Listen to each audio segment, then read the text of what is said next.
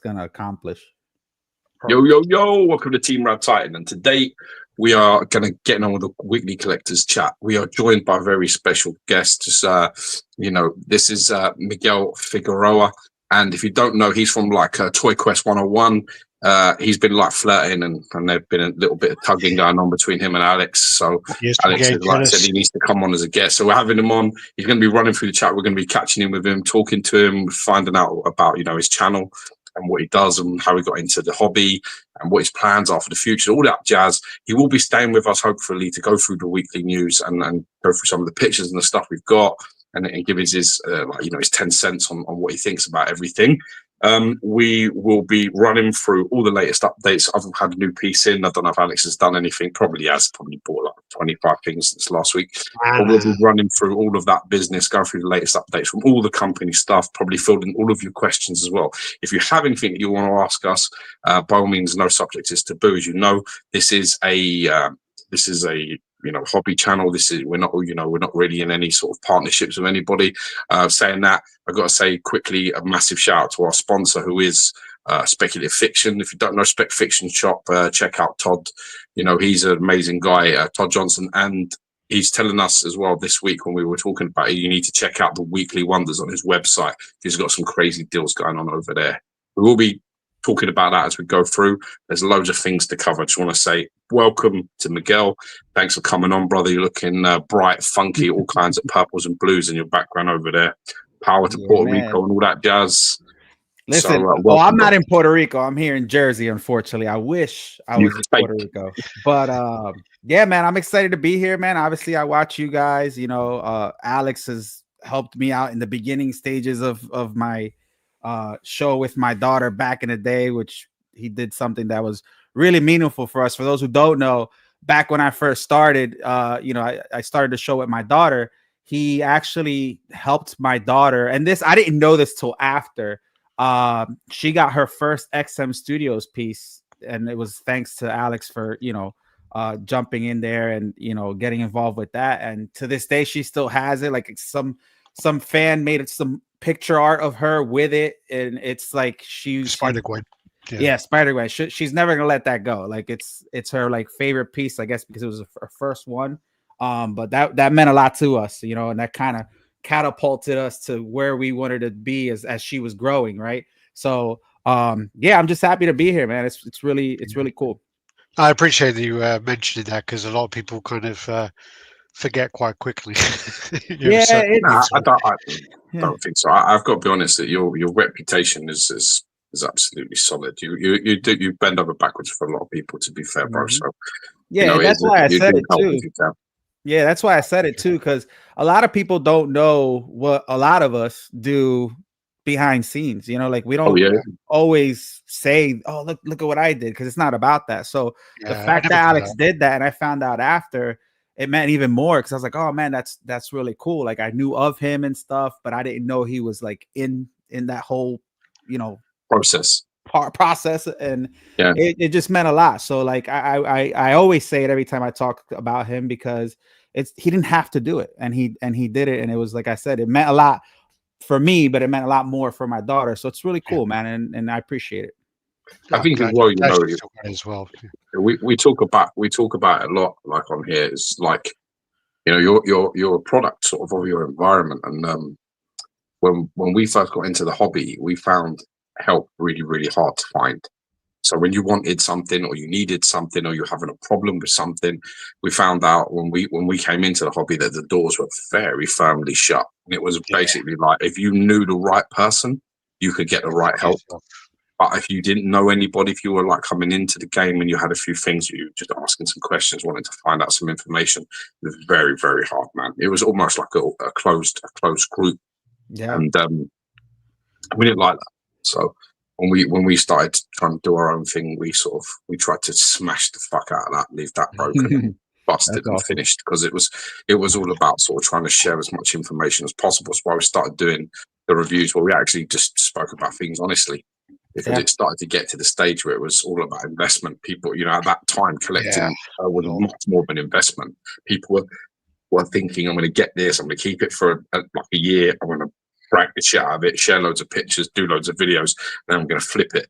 I'm going to make some money, and I'm going to buy it. And it kept working that way. But we just come in and was a bit like, nah, if it's good, then we'll really give it its props. But if it wasn't, we basically would just like drop it on his fucking head in front of everybody. And you know, it makes you popular, and then it makes you unpopular. In fairness, quite quickly. It's sort of how it works. But I mean, obviously, you're now in this game. How long have you been collecting for? And I know about your daughter. I've seen a couple of your videos from back in the day. Yeah. What made you? That's a risky sort of game. Trying to, you know, I always find it because obviously I have three babies. I have 3 sons. So I just think to myself, you know, doing that, it takes some bravery to get on that. What was that about? Yeah. So just to take it back a little bit, like I've always been collecting, but I didn't really come from, you know, we were like middle class. We didn't really come from like a high end. Like I couldn't afford statues when I started working. I was saving up my commission. I remember the first statue I got was the Thing from Sideshow, you know, and I saved up my commission for that. I think it was like $600, and at that time it was like a lot, right? But this was a long time ago, years and years ago. But when I first off, I never had any want to be on YouTube. I never thought I was going to be on YouTube. Any of this was not a plan or nothing like that. What had happened was, you know, obviously I started a family. My daughter has autism, for those who don't know. That's why you got the autism puzzles behind here and stuff. And one day we were watching Sideshow, and I'll never forget it. I think it was Spooktacular back in 2010, I think. I can't remember. But we were watching it, and I know Susan was there and Terry was there, and my daughter was watching it on a tablet. And I had told her, I was like, you should start your own YouTube channel. And she got like real sad and like depressed, and she shut the tablet off. And I'm like, what's wrong? And in my head, I'm thinking somebody bullied her, somebody told her she couldn't, you know, the normal things. Well, not normal things, but the things that you would think was the cause of it. That fits. Right. But when she turned around, when I asked her why, she said she couldn't do it because she had autism. That broke my heart, because now it's like, oh man, she understands that, you know, she has a special need, and she thinks that that's going to stop her from being on YouTube. How do I, as a new parent, right, young, because, you know, we're like 20 years apart. Like for me, it's just like, it really broke my heart. At that time, the basement you see now, I was fixing it up, right? And I was going to make it a man cave, not like it is now, but, you know, I was going to put my comic book stuff up and whatever, like, you know, the TV screen, all that stuff. So I said, man, let me run over to Walmart. I'll get some blind bags, right? And I had my iPhones, and I was like, let's just do a show. So I brought her downstairs. I surprised her. Her mom sat on, you know, the theater chairs, and we started our first show. When I hit record, I got to tell you, man, there's certain things that growing up with autism, it's tough to battle through, right? Because she was having issues pronouncing her words, speaking, making her sentences, you know, make sense, things like that. She was very shy. She didn't like loud places, you know, things like that. It was just very hard, especially being a new parent and then being new to autism, to try to like help your kid with that. But when we started the show, man, it's like this trigger came on, and you could tell she was trying to pronounce her words better. Her sentences were making sense, and she was like all happy. And like, it just brought out something that we were working out so hard with her throughout the years, that like when we got done, like we hit end, obviously, right? Because I couldn't really express myself while we were live, right? Because we were recording. And I just looked at her mom, and her mom was just like, you know, and from there forward, we were so happy, but we wanted to continue with it, not only to help her out, right? Because it's helped her out tremendously. Yeah. You have no idea. But because if we were going through that, there's probably somebody out there that's going through the same thing. Oh, yeah. So throughout the years, we were just doing blind bags and toys, a little simple stuff, right? Because she was young, she was 10, you know what I mean? And and we were doing that, and then a lot of things started to just happen, right? So I started getting messages from people overseas, you know, that are like in third world countries, or aren't in the place that I'm at, where we have a lot of support, like hospitals and stuff for, you know, autism and stuff. These are people who don't have any type of support, who are reaching out to me to help me out with their situation. So then I started, man, this is really impacting people who don't have that type of help like I do here in Philadelphia and Jersey.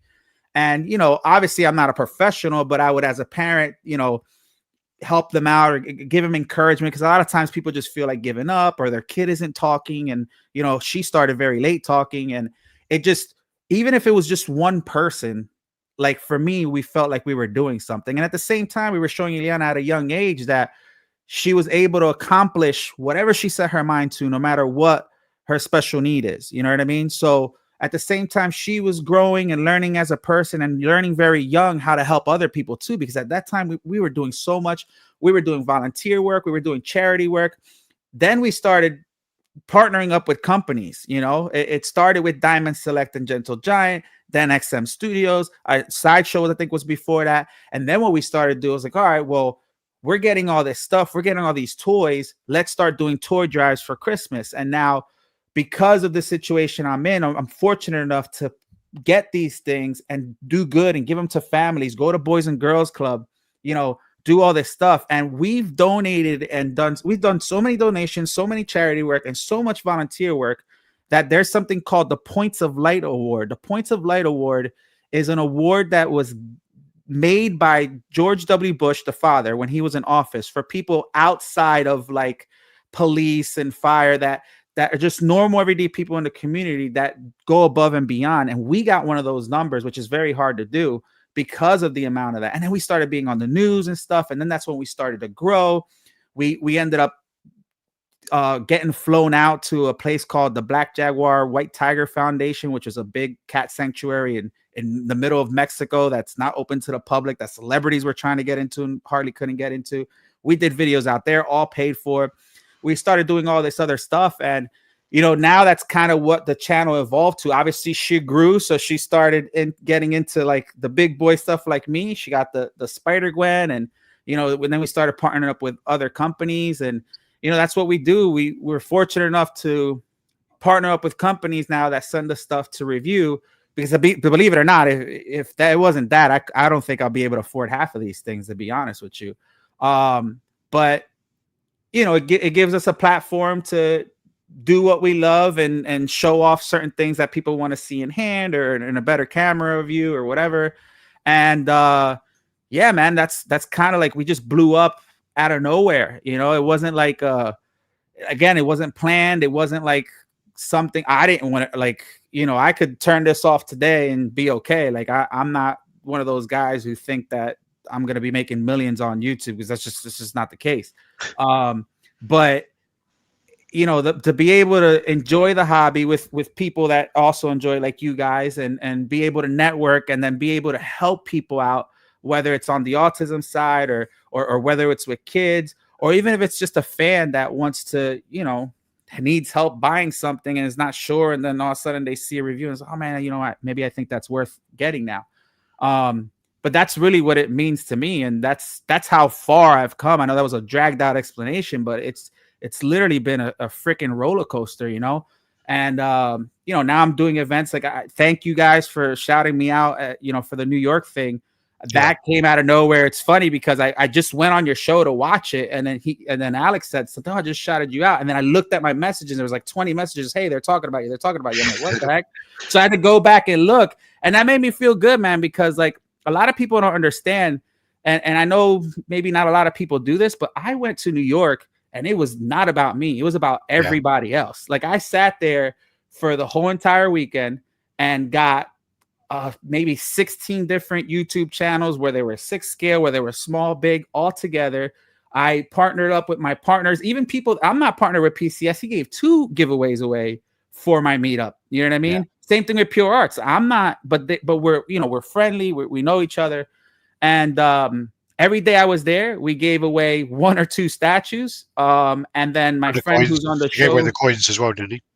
And I didn't know. Like, it's not like I went in there and knew, oh, this is what he's gonna do. He surprised us with the coin, and then the crowd got amped up and peer pressured him to give away a Transformer statue, like one of the cell shaded ones. Yeah, I love those. Yeah, and then Pure Arts gave away a 6 scale figure from Assassin's Creed, I believe. I actually wish PCS continued that line, because that was really nice. The cell shaded one, they look dope. The problem is people are not aware of how they assume that is a much simpler paint scheme. Yeah. It's actually more complicated to do. Mm-hmm. And it's actually really, because to get it to look that way is really difficult, and It's very a lot of work. expensive. Yeah, it's very expensive in the factories to get that done. So yeah, they had to stop it, unfortunately. Yeah. I mean, like I said, they're cool. I like them. I wish he continued with it too, but he gave one of those away. Diamond Select, Gentle Giant. So like, it was really eventful. But my goal was to have everybody together in one spot, because a lot of us, the fans that are watching in a chance, know of everybody. So it's a one-stop shop. You know, they won't have to search for us or meet at different times. Like, why do I care if somebody else is meeting somebody else? And I want it together. Like, this is no competition for me. And it turned out really well. That's the thing is, again, because I've been to conventions for years, and unfortunately, it's people do believe that YouTube is too small, and they do believe that they need to be run around the convention and run straight to the hotel room and edit everything and get it all posted. And it's just like, dude, enjoy the moment, enjoy that time. You're there, and not coming to the meetups, and not coming, because they just want to be the first on YouTube to post it. It's so annoying. Yeah, it's really, there's nothing worse that when you're sitting around a table and you're all around with other influencers and other people who are like doing similar jobs and doing similar things to you, hobbies, like people like us on YouTube, and then nothing like how they portray themselves on screen. There's nothing worse. Like, honestly, there's nothing worse. Like, honest to fucking God, it's like meeting. It's not like meeting a hero and then being a prick, but it's just like really disappointing. Like, so as long as you keep, that feeling in your heart, as long as it's true, you'll always get the benefits of God. If you keep it that way going, if you're looking to make everybody's world bigger, as a result, your world will increase as well. Yeah, there's no doubt about it. If you're in this, if you're going about this the right way and trying to help people, trying to bring people together, trying to make the world bigger, the collective bigger, more people like come together. Let's all get together. If you're doing that for all the right reasons, and you know what I mean, you're not like doing that shit. Do you know, like that fucking, I don't know, it's like filming yourself giving somebody flowers. And you know what I mean? And then you you buy the whole stall and all this shit. It's just all the wrong thing.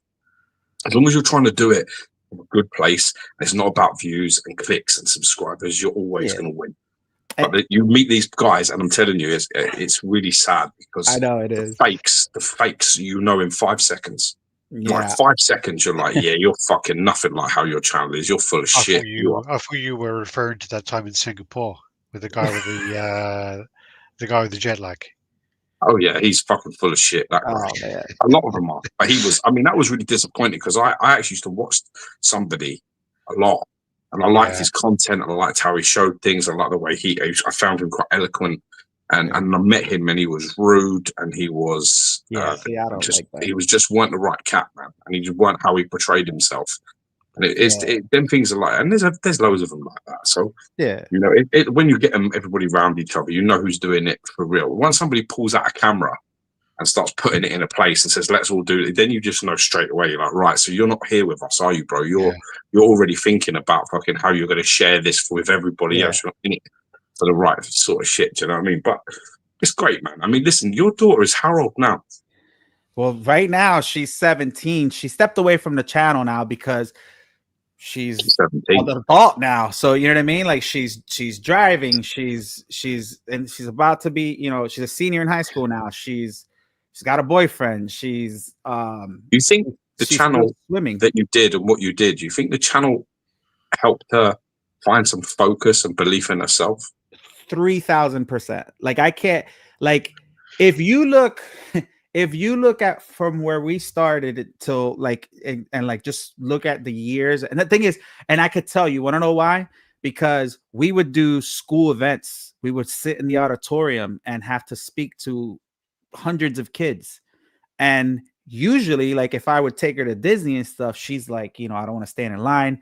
And there she's like, come on, dad, had to carry up, like rushing me. And it got to a point where I was making mistakes and she was just like calling me a rookie. You know what I mean? Like, And she's like, you know, like she would, like, I think I'm more like, you know, I'm more active. Like she's a little bit more toned down, but she's now willing to speak to people and shake their hands or like really tell her story, where before she was a little bit more confined and stuff. So like it's really, I think, helped her. And the thing is that now she's going to school, and she wants to go to school for like my part of it, which is like the editing and the camera work and all that stuff, which I don't think I'm that good at, but she wants to go on the other side of that now. So it's like, it's really like helped her just develop herself as a person, and, you know, motor skills and like learning. And she learned really quick at a young age what it is to help people and what it is to do stuff with a purpose. Because one thing that I always try to tell people is I never forget where I came from. I know that we started without any help. We started with Diamond Select and Gentle Giant. Until this day, no matter how big I am, I still do their stuff. I don't care if I get 200 views, 100 views on them, because, you know, they're obviously an entry-level statue company. But I'm never going to forget. I love Diamond Select stuff. Yeah, I'm never going to stop supporting them because of views. I don't care. Yeah. You know, it's they were there for me in the beginning. I'm always going to have their back. And you know, and I remember me being that person where I couldn't afford something like that. I will be okay with a $200, $300 statue. So like, there's a lot that goes into it. And it's funny because you mentioned some things, Geo. And when we were at the New York Comic-Con afterwards, we all went out to eat, I think in Margaritaville, out of all places. I don't know why they wanted to go to that in New York. That's like going to like a Domino's pizza. Like, why in New York are we going to that? But we all went. And when we sat down, this gentleman walked up to the table, and he was kind of just like this. And everybody was talking, so they didn't realize it. He was standing there for a minute, and I knew he didn't work there. So I kind of turned to him like, hey, you know, hey, what's up? How you doing? He's like, hey, he's like, I'm so sorry. And he starts going on this rant, and I'm like trying to figure out what he's trying to say. And basically, he's actually a loyal viewer of mine and of a lot of people that I know, that he never puts his picture on his, like, he's very like, he was nervous, and he basically told me that he wasn't even gonna come, but he pushed himself to come to meet everybody because our channels combined just give him something to do and something to look forward and stuff. And when he said that, man, that like crushed my heart. I was like, dude, thank you for being here. And then obviously I stopped talking to everybody. There was like 30 of us. And I started talking. He sat right across from me, and he just became relaxed. He opened up a little bit more, had a couple drinks. But to have just like, even just that one viewer that never shows his face on social media, never posts pictures of himself, just is always in the chat supporting. And of course, I don't know his real name. I just was like, well, what's your YouTube handle? And he told me, he's like, I'm like, oh my God. Like, that's so cool that you're here. Yeah. And then when I mentioned it to everybody else, it's like, oh yeah, that's you. And then like, you know, but like that little moment there where somebody's so nervous, and I don't think I'm anybody, I'm a normal person. So for him to be like really push himself to come see us and it be so difficult to do that, and then he ended up doing it, that to me means the world, because we just got somebody to get out of their shell and come hang, because they don't really hang with people, and they hang with us. So he got to hang out with us. So that to me is another thing that just made everything worthwhile, even though it was super stressful and trying to gather everybody's like herding cow. It's like, it's so bad. But like, yeah, man, it's just things like that are fun. And like I said, you know, we were talking about my daughter. This was really what the channel was for. It was because of her. It wasn't because of me. It wasn't because, you know, obviously it's because of the hobby too. Like, you know, I consider myself more of a pop culture channel, or try to consider myself, because you know, we have celebrities that come on a live show, and we, you know, all the X-Men stuff was amazing. All the that was a blast from the past, man. Yeah, that was my childhood right there. I was so blessed. Ours as well, bro. Yeah, totally. Yeah. Oh man. Well, next time I got to get you guys on. It's man. Listen, and that's the other thing. Anytime I have a celebrity guest, if I know somebody is like a real big fan, you got Tim, did you? Yeah, Tim. Yeah, dude. I saw Tim at New York, and he just like hugged me, and I'm like, "Who is this?" He's like, Tim's the nicest guy ever. You have no idea what you did. I heard nothing but I've never met him, but I heard nothing but nice things. I've been out for drinks with him a couple of times, and he's a super nice guy. I've heard many super people nice guy. say he's a really nice guy. He's awesome. That's always nice to hear, isn't it? It's just nice. He's been collecting for a while, and he's seen it all. So like you said, he knows what's what. And he was just really grateful. And I got him on the show, and it's funny because he was like almost crying. He's like, I don't even know what to say. And then at New York, I personally introduced him to Cal Dodd, and yeah, you I got don't know what happened. Remarks, the signature of the remarks, and you put the post up. I saw that. It was really yeah. So, but yeah, if I could do something stupid like that, that's gonna like really mean something for somebody, I'm gonna do it. You know, and I knew of a Tim, but we weren't as close as we are now. And I was just like, hey, why don't you just come on? And he's like, are you sure? I'm like, yeah. And he said he wasn't gonna do it, and he's like, I'm glad I did it. And you know, whatever. But it's man. But it's like a once in a sort of a lifetime thing. Yeah, you got to grab them opportunities when they come your way. You know what I mean? You got to try, and that's what, you know, like you're saying, you want to reward people that sort of like have to get up off their ass and just be like, you know, I'm not comfortable. This isn't my environment. If I don't go and like go over to that table and speak to those people, I'll probably never get another opportunity. Yeah, and that's what it's about. Just you got to grab them moments, no matter how small they might appear to some people and large to others. What it's all about, isn't it? You've got to just got to go. It's when you can go. It makes me happy because I'm seeing them like, you know, have a core memory. You know what I mean? Like it's just like they're never gonna forget. Your daughter is 17 when she was born, and then you started finding out that she was autistic. That would have placed you round about when, what was it? 1 in every 300,000 people had autism around 20 years ago. Mm-hmm. We've gone from that. Today we're in 2024, right? It's and now it's 1 in every 33 people. Yeah. It's so when you had your baby girl and this was happening to you, that must have been like almost like a fucking almost unknown, a very small amount known. Yeah, you know, it's funny because to this day I'll never forget when we found out. But luckily for us, we have a lot of like where I'm at. We have Philadelphia, which is huge with doctors and all kinds of stuff. So we found out significantly early, like real early, which was a blessing, right? But when I found out, man, I started crying like it was the end of the world until I, you know, educated myself on what it was. Yeah. And then after that, it was just like, you know, for me, it's just like she does everything I do. She just does it in a different way. And she had like throughout the school, she had friends. Like she had this kid in her class that her dad had a binder full of barcodes. And I'm like, what is this? He's like, watch this. And he's all cocky about it. He's flipping through a CD binder with barcodes. And I'm like, well, what is it? He's like, he's going to tell you what movie that is. So pick whichever you want. I was like, what's this? He's like, The Lion King. I was like, get out of here. And then we turned the CD around. It's The Lion King. So he reads barcodes and could tell you what it is, his favorite movies. And it was just crazy. And then there was somebody else who like literally was a professional pianist at like the age of like 7, like could do Beethoven. And I'm just like, I can't even do the Chinese, you know, whatever. And he's over here doing Beethoven. So it's just, it's real for me. It's real. Like I like learning about that stuff, but it's really incredible too. But yeah, back then it wasn't as common obviously as it is now, but I think also that has to do with now how far it's gone, where, you know, there's more stuff out there and more people learning about it. And, you know, it's becoming like a thing now. So more people are, you know, finding out about it. But yeah, it was almost like, you know, a bit of a shock because I didn't, you know, I just didn't know. And then after that, it was just like the biggest blessing in the world. You turned a negative into a positive. Yeah, for sure. Sounds like a familiar theme that you seem to be good at doing. Yeah, it seems like that's something you got, a skill. Yeah. But it is a skill. Believe me, it's a skill. You know, I've been blessed in my life to work with some of the most motivated people in the world, and I can tell you that they all have that skill. Yeah, it doesn't matter what the fuck you throw their way, they will turn it into something they can benefit or benefit to others from. Yeah. So it's a skill. It's a gift to be able to do that.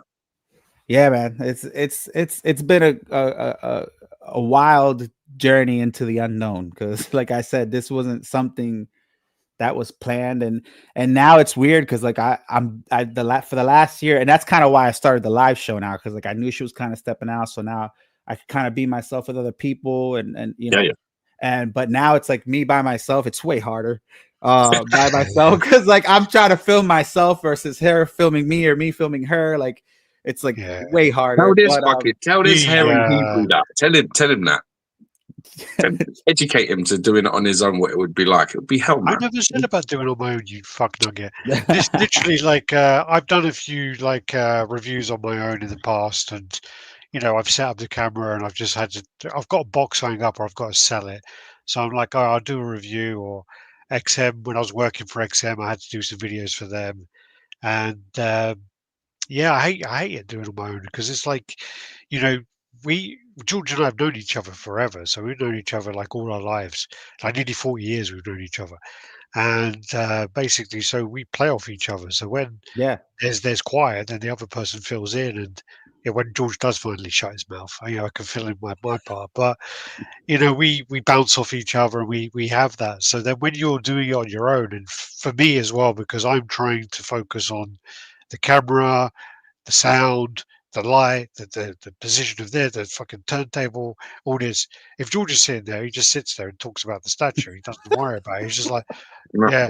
Do you not want to move? Every now and again, you'll go, oh, you want to move that back a little bit? I'm like, just fucking mind your business and just sit there. Yeah, but you know what's funny? He talks a good game, right? But the truth is this: he's worrying about the light, and then when I watch the video, I'm like, it's well fucking dark. You're worrying about it. It's fucking what we worried about. It's fucking too dark. It was too dark from the beginning. No, but you don't understand as well, because if you do it dark, it's better than it being too bright. Because if you do it too bright, you bleach it out, and too dark. It's in the fucking dark. You can't see fuck all. I don't agree with you. It's better to see too much detail bleached than it is to see fuck all. What the fuck run it are you on? I love it. It's a steep learning curve. That's so funny. It's just that's why now I got Tyler on board when I go traveling. I just go, Tyler, mate. We're really fortunate, because I end up going to like Singapore quite a lot, and one of the guys out there, I want to say I met him in like 2017. I think it was the year after. What year were you there? 17. Oh, sorry, 18 then. So it was the year after you. Because I don't think you met him then, and I think you met Rob Newbury. And then what happened is basically Tyler, his boss, he's like the head of an international school over there. He's like the dean, they call it.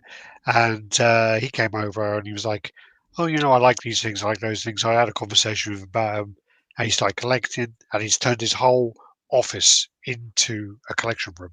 So basically he has that so that the kids will approach him and come and see the collection. And also when parents come, he says it's like a good icebreaker. But he's now, because I've asked him a few times, oh, can you hold my camera? Can you do this? Can you do that? Can you hold the microphone? He started getting really into photography now as well over the last he's really talented. 3 years, I think 3 years. He's been getting really, really into it.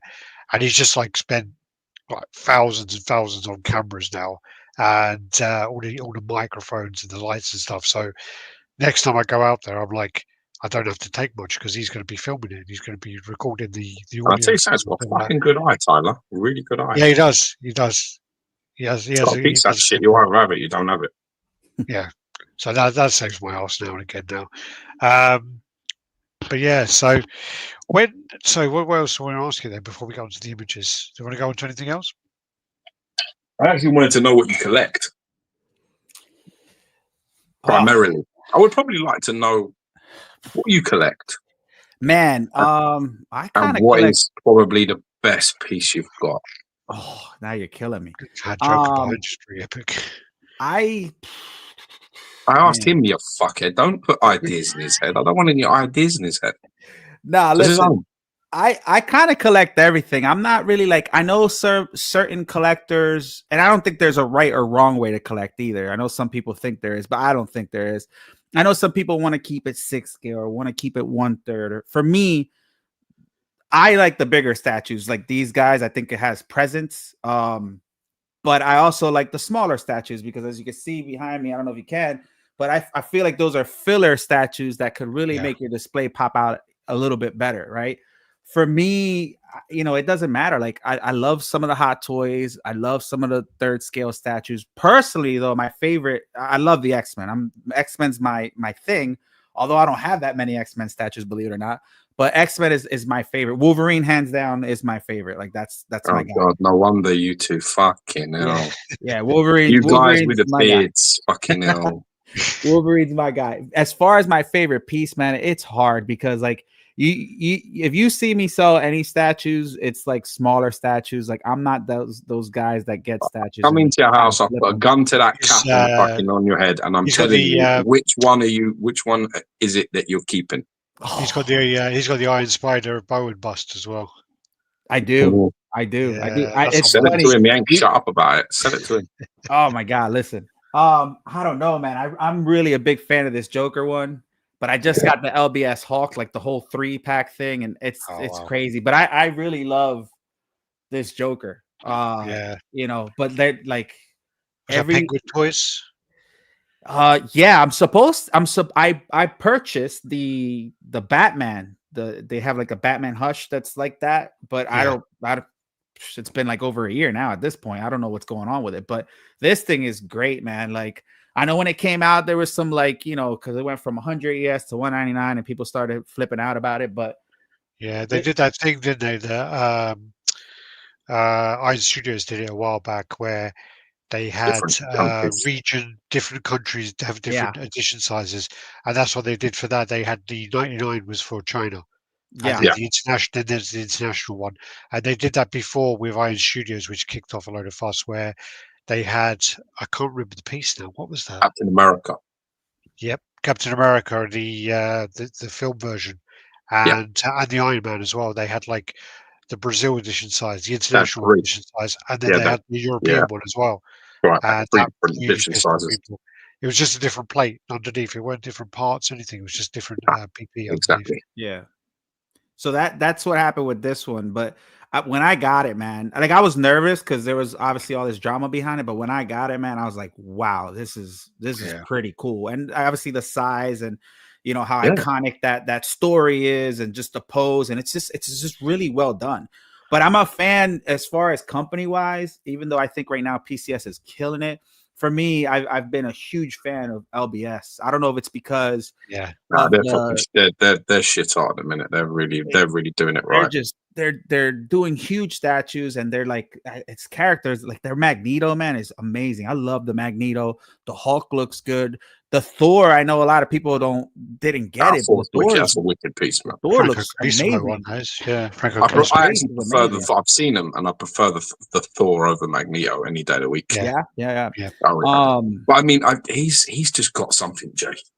Jay just has something. Jay's got something. When he does the character and stuff, he seems to just be able to capture them right. He seems to know the right kind of add-ons and the right portraits everybody wants, and the right hand. Like, you know, he's doing an Aquaman. He's got like Aquaman full get up in it, and he's got the cut off the spear hand.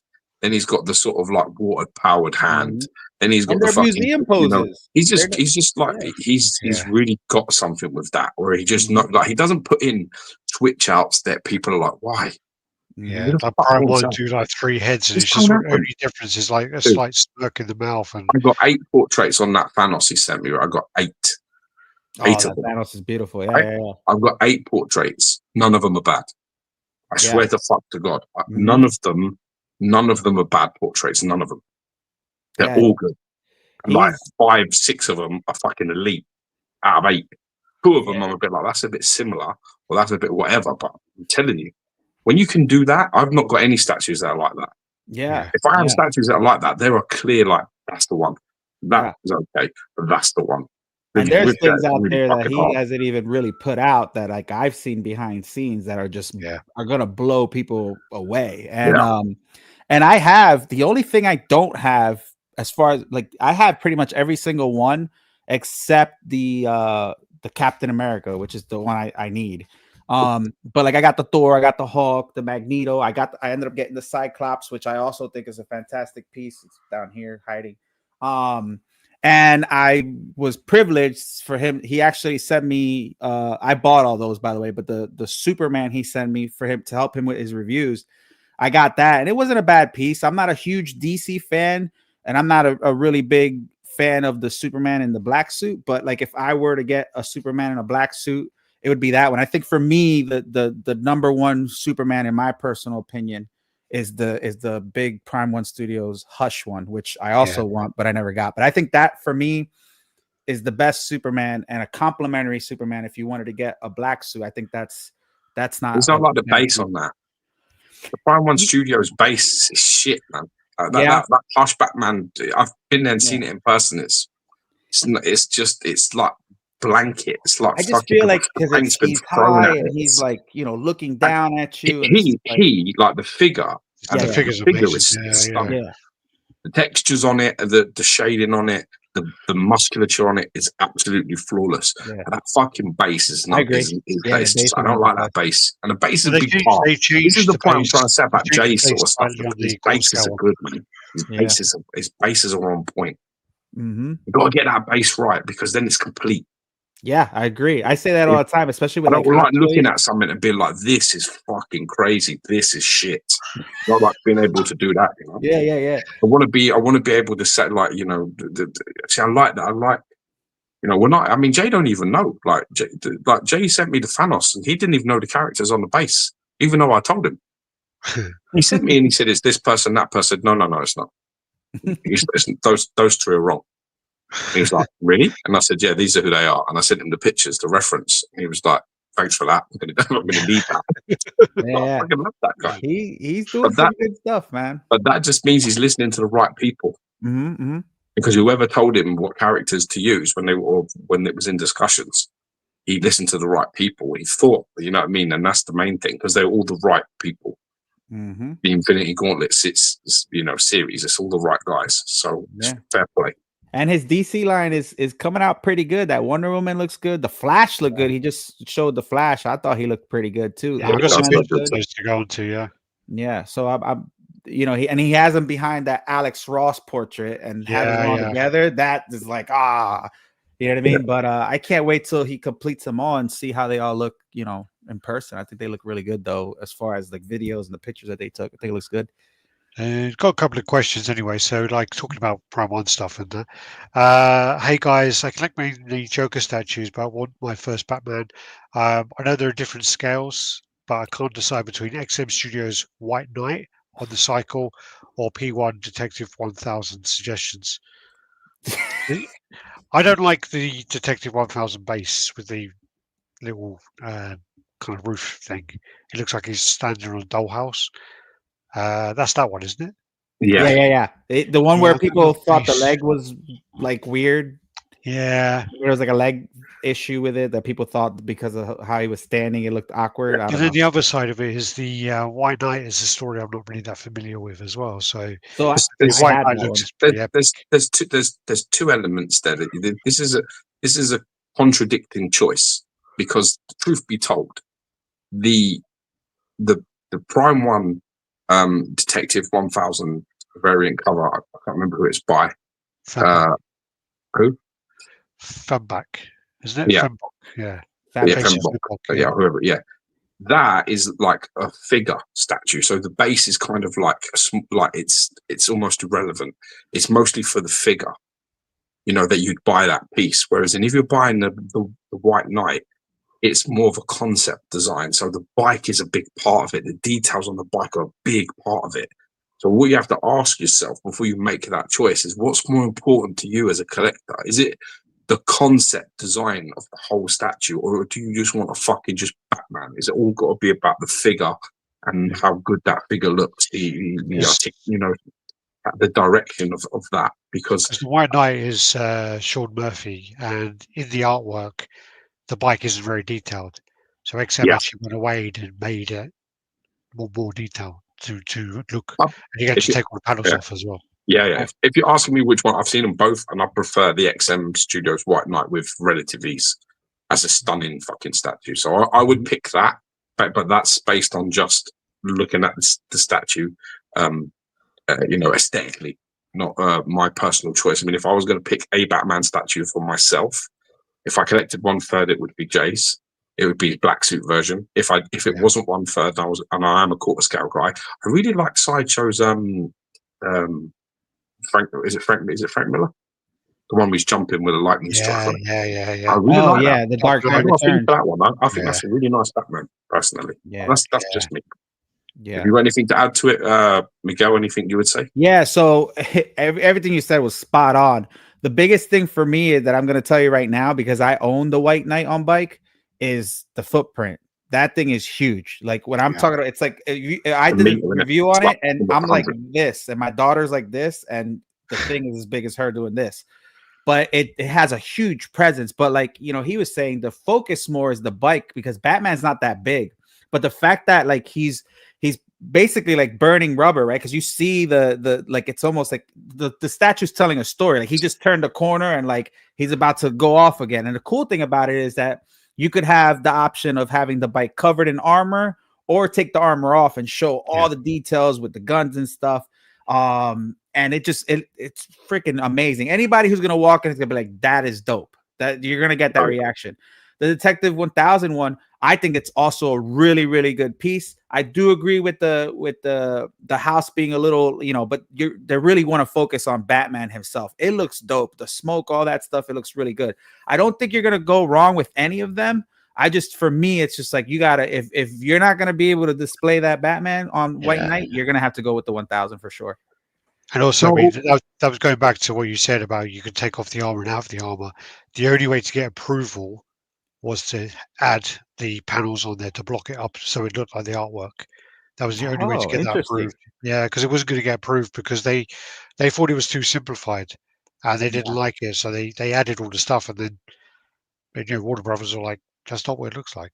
Isn't that crazy? And a lot of people don't know about what goes into licensing and permission and stuff. And here I thought, man, they're giving us option, but it's really a licensing thing that made it convenient for us. They had to block it all off, which is crazy to think about, because they could have blocked it all off, and it would have been much easier work for them to do.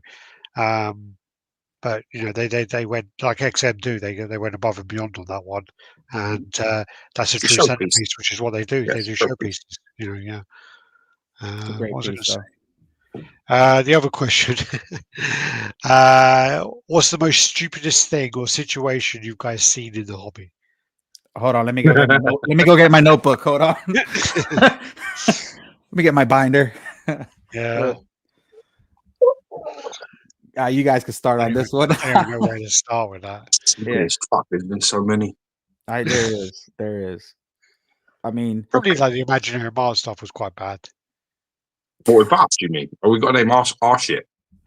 I'd say like that was probably one of the stupidest things I've ever seen. We started touching upon that just before on the chat where we were talking, where someone came at Todd in his own group, and you know that's just a stupid. Use the bathroom, but what happened was like Imaginary Arts had an issue with me. They were sending us prototypes to review, and I went to Singapore and I paid to go to Singapore, and it was quite expensive. I filmed all of the Imaginary Arts stuff. They had about 12 statues. At that time, I filmed XM, and I filmed Connecticut, and I filmed HMO, and I filmed whoever else was at the con. XM had about 75 statues at this con. So maybe even 90 statues. I did 120 videos of just XM, I think, at this con. And basically, I got then slack from this guy to say, hey, you know, you're a piece of shit. You know, you came to the con and this and this and this. I'm like, you didn't pay for me to come. I came, I filmed your booth. I filmed XM. I filmed them. They've got 8 times more stuff than you. So obviously they're going to get more coverage. And you don't own anything. And he went on our group and basically said, you're a piece of shit.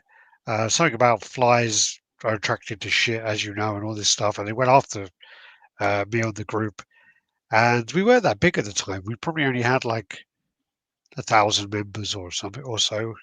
And he got fucking shut down big time. And what happened was he at the time was partnering with Prime One. And he had a sculpt which was a Daniel Bell Spider-Man. He had a sculpt by Daniel Bell.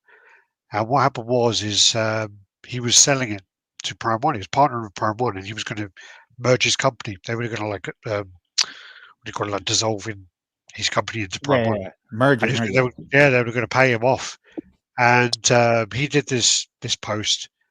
Someone we knew, me and George were like laughing. We found it funny. We didn't take it serious at all. Someone we knew took a real offence to it. They worked for Discovery Plus, who was part of Disney at the time. They went off to Disney, said, "You know what? This guy is someone you're giving a license to. What the fuck?" And he lost all his licenses. That's what happens. A lot of people nowadays, they think there's no consequences with what they say, and it's one of those things. I don't. My thing is this. First off, you got to understand first what you want to bitch about, because a lot of these guys, they don't understand. Like, and I don't really know the full details of what happened with Todd, but you got to realize when you're getting it from somebody who's like a third-party retailer or another person, you're not going to get it at the same time as ordering it directly or from any other third-party retailer. It's all different. There's all different, like, you have to realize that go behind it. You're getting a saving because it's being shipped by sea in a container. That's where you're getting your saving. So when that happens, those people, Todd, some of the other companies, well, I'm not even going to name them because some of them are really shit anyway. But I know that they've got the same thing, but they do take long. You have to wait for your container to be full before you ship it. There's no point shipping half a container. Things will get damaged. Too expensive. And also, the cost isn't worth it. So a lot of guys you can't get on a fucking plane as a person. You can't fly to one place or another. The plane ain't full. Ain't going nowhere. Yeah. You can have a fucking flight. I can have a flight booked for the Caribbean tomorrow. I can fucking arrive at the airport and then go, it's not going. It's not full. We've only got fucking 12 guys. It's not going. Sorry. And fucking boo-hoo. That's a person who's paid thousands of pounds to get on a fucking plane. And they can just go, no, it's not full. We ain't sending it if it ain't fucking full. So now a lot of the guys in Europe, they double up. So there's a lot of stores in Europe now who actually share containers because of the cost and because you need to fill it up. So, and then from China to USA or whatever can take 3 months. Mm-hmm. And it can take 3 months. It's going by sea. It takes a long time. And if something doesn't go wrong. If something doesn't go wrong. Miguel was spot on though. What he was saying before you interjected. No. What he was saying was a lot of the people arguing don't understand how things work. And they go public with an argument and start this big problem. And really, the other people are educated to what's going on. You look fucking thick as shit. You look stupid. And and it's a bit like, dude, maybe you want to start talking to some people and ask some questions, and maybe use the hobby in the community for what it's for. Ask them, is this normal? Can you explain to me why this is happening? Can you explain? Am I right to be worried about this? Am I getting the piss taken out of me? Or is this normal? That's what the fucking community is for. It's called a community for a reason. Yeah. Reach out, just use the tools at your disposal. Yeah. And the other thing is, and this is what people don't see, and I could promise you this happens almost 99% of the time. Those people sit there and they bash, and I'm never going to come back. And then one day there's going to be something you want that only Spec Fiction carries. And then guess who's coming back? You are, right? So, and I've seen it because it's happened with Jazz Inc., where Jazz Inc. is one of the few people, being sold by, a retailer like Todd. And they end up coming back because that's your only option. So now what do you think is going to happen now? That's not that Todd's like that, because he's never like that. He's always going to do what's best for the customer no matter what.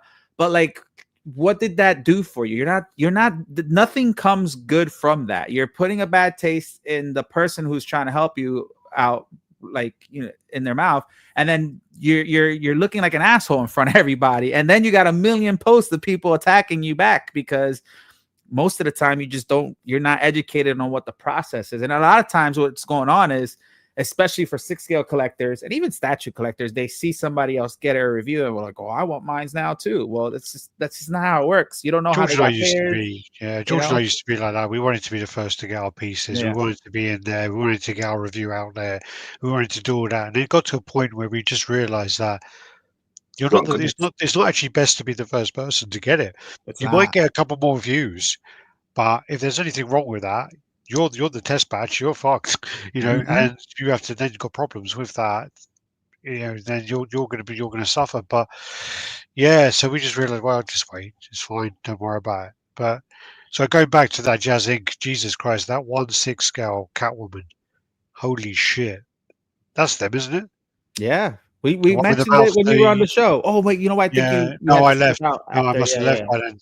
She's the one with her mouth open, where her tongue out. She's got one with her tongue out. Yeah, which is hard because like there's others. I forgot what there's other figures or statues that tried that, and it just I think what's his name? John Cena. Well. What's the character he plays for DC? Oh, Peacemaker. They tried one with him with the tongue out, and it just looked weird because it's hard sometimes to capture a moment on screen and transfer it to like a figure. It just sometimes it doesn't work. But for the that's why you look at all the life-size silicone busts of all the actors and all the actresses. They've always got their mouth closed. Yeah. So for them to nail that with the Catwoman, I thought was different and was cool. Yeah. I was on Spec Fiction. I think there's another reason why their mouths are always closed down. Probably. Can you imagine having a life-size fucking bust of Michelle Pfeiffer with her mouth open? I'd buy it. I bet you fucking would. Yeah. My girlfriend would be like, "Why are you cleaning that again?" It's like, that's really dusty. Yeah, there's people are saying they got the Jazz Inc. Catwoman. Yeah, I see that. FJB, yeah. Critical Mass in the house. How you doing? What's up? Critical. Let's get on to some images. So, let's see. Let's do that one. So yeah, what we were saying earlier. So with the Spec Fiction, they got the weekly wonders at the moment. So the ones they've got on at the moment, you can check out, is they go for XM this week. Batman Joker, Shergo Noraishi, Batwoman, Bay Ray Bill, and Beast. So they're the pieces. And also, if you spend $250, so you spend between $250 to $3,000, you get 30% off. And if you spend $3,000 plus, you get 35% off at the checkout. So they're the pieces there. Don't check them out. And add that better, Ray Bill. It's nice. Yeah, I do like it. It's just the it's a big. It's a bit of a footprint. It's a footprint, yeah. Yeah. Because again, it's got his hand is like holding the hammer, and then his other one's out here in one of the poses. So it's very long with the cape. It's like really long. I think it's about like 22, maybe 22, 23. Like for a quarter scale, 22, 23 inches. Like that's quite long. Yeah, it's a bit much. And then let's get on to these. So I just want to give a shout out to Happy JCG Art. So he's a good follower. He's a good follower of us. He's been following us for a long time. He posts his art. JCB Art. Get in. Look at that. JCG. And obviously his stuff is inspired by some of the statues as well, if you look at them. So yeah, look great. Fantastic. That looks really good. Venom, Carnage, got a Spider-Man. They said he's trying to get he's got the Venom and Carnage on display at his place, and every time he does a Spider-Man, it sells. So he needs to do another one. He's got like Captain America. Oh, I like that. The Thor as well. And it's got talent, man. That's for the Hulk transformation. Oh man, I like that. That's another one of my favorite pieces. Yeah, I've got that. Yeah. I love that piece. Just wanted to give him a shout. I mean, he's always posting his stuff. I always comment on that. And JCG man, go in and check him out. Buy some of his shit. He's got some great stuff. JCG Art. Yeah, JCG. Should be fucking happy with this sort of talent. I'll tell you that. Yeah, I wish I could make that. Hey, there you go. We worried we weren't going to be on when we went for Dante. How you doing? Keep doing what you're doing, mate. You're doing a fantastic job. So I've got this piece, still need to unbox it. So this is just to remind me to get my arse in gear, get this out, get this unboxed and do the video. So I'm really excited to do this. I'm not going to go through the anime again because I've described it about 4 or 5 times, but really, really great anime if you want to watch it. It's 12 parts as well on Prime video. Definitely check it out. But yeah, and then this is on to you now. We did Nightcrawler last week, so good, all right. Good. Okay, so I got in the fan art Colossus this week. So this is the quarter scale Colossus. Been waiting actually a little bit of a while for this one. It took around 10-12 weeks to arrive. Thankfully, it arrived in one box. And it's quite short and stout, really, so it's not too crazy considering the size of the piece. So you get your 3 foam layers, and then it just gets a bit crazy. So this is the Sentinel head base that it's standing on. And I mean, I haven't actually got like small hands, but it's quite wide, it's quite big. Yeah, I love the colours on this as well. I love the sort of like the pinks and the sort of gold. Gonna look cracking. And he has got, it's a weird thing, he's got like a look of absolute fucking terror on its face. It really does. Like it's like you know you see their faces like the on the bases that people have, and they're kind of like I don't know what they're kind of like. They just look a bit plasticky, and a bit like like they were made by Spectrum. Do you know what I'm saying? Look a bit shit, to be honest. And this one sort of looks like a fucking really good one, and it's like busted up, and its jaw is sort of dislocated from its face, and it's almost like it was roaring as it was fucking smashed in half. This is the hammer. This actually goes in his hand, or as part of the hammer. So this goes in his hand, or sort of it goes into the base. It's pretty cool. That goes into his head. Yeah. You use it as actually to beat someone with. Oh yeah, you definitely throw that at someone. It wouldn't be nice. Sentinel base is seriously next level. Geo's right is an expressive base. Yeah, it's a funny thing because I've not really seen it. Whenever I've seen the faces, they kind of look a bit, a bit like there's nothing going on. And I understand that it's a machine, but it is actually captured it breaking down, which I kind of dig. Musculature on that's fucking fantastic. The wraps are really good as well. Do you know what the wraps are a bit like OG Sagat, just better? Oh yeah. And the shirt, the vest as well looks great. Oh, nice. Yeah, this is so you get like 2 busts with it. So this is the first one. The head is actually attached to this one, so you can't switch out the head of this bust. But you have multitude of switch arms. So that's the Sentinel eye. The eyes all light up. So one eye in his hand, and one eye in the base. That's like a spare left arm. It's just a clenched fist. Yeah, jeans are great as well. Yeah, he's got some nice like blue jeans. He's wearing like X-Men Timberland boots, which are fucking awesome with proper laces and everything. Let's go. Proper wicked, man. And then this is the bearded portrait that goes into one of the buses. You've got this bearded portrait, which I really like a lot. Reminds you of me, doesn't it? You fucking he actually is neat and tidy, man.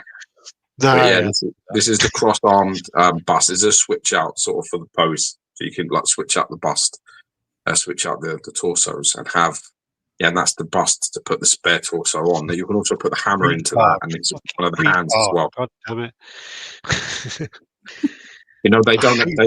they don't come off. Oh, good. They're not proper attached. So you can't get them off. Yeah. I just hate rebar on statues. I mean, this looks more like it's something that Magneto's put together, but kind of makes just loads of like bar, lot of steel. But this is like because if you think back to animated series, he's like in the vest and jeans when he's fixing the mansion, isn't he? Yeah. I mean, I think everywhere he appears, he's next to like I-beams and stuff. I swear, because even in he's on the work site, isn't he? Yeah, exactly. Yeah, he's in a construction site. Yeah. Exactly. It's crazy. So that's the underneath of it, and that's the bust there, so you can put it into there. You can also put that one in as well. So all of that, the top part of it, you can stick that into the base as well. He actually holds the hammer in his hand as well, and then you can also stick it into the skull of the top of the Sentinel's head. So that's cool. Great portraits, very neat and tidy, very, very good work. This may be one of their best pieces that I think I've got. Wow, it is that good. It really is. I mean, I'm looking forward to seeing it. It really is. Well, if you come into my house and you're there longer than 4 seconds, you'll get to see it, won't you? Wow, that looks really good. Yeah, boots are nice, man. Proper laces. That's the inside of its mouth. That's the light up eyes. And the funny thing about these eyes is an interesting thing, which I don't know if any of you have come across before, right? But when you take the eyes out of the inside of that, the only way you can make them light up is if you touch them against the magnet of like the other part of it. Yeah. So if you take the light and the arse end of it, you just tap it on any part that's magnetized, any part of the statue that's like got a magnet in it, and they come on. And then you just tap it again, they go off. I've never seen that before. That looks really good, though. It does. It's a nice piece. Obviously, you're an X-Men fan, so it's probably the right piece for you to see. But you take that sort of like pink part. You see the pink part that guards the eye. You need to take that off the Sentinel heart head. And it's cool because you see the different. You see the red and then the orange, so it kind of like you see almost like a pupil. See, exactly. Like it's really well done. Yeah, they're nice. It's nice. It's nicely put together. And it's all like sort of blocked in and stuff. You just like, but I've never come across how you actually turn them on before. That's awesome.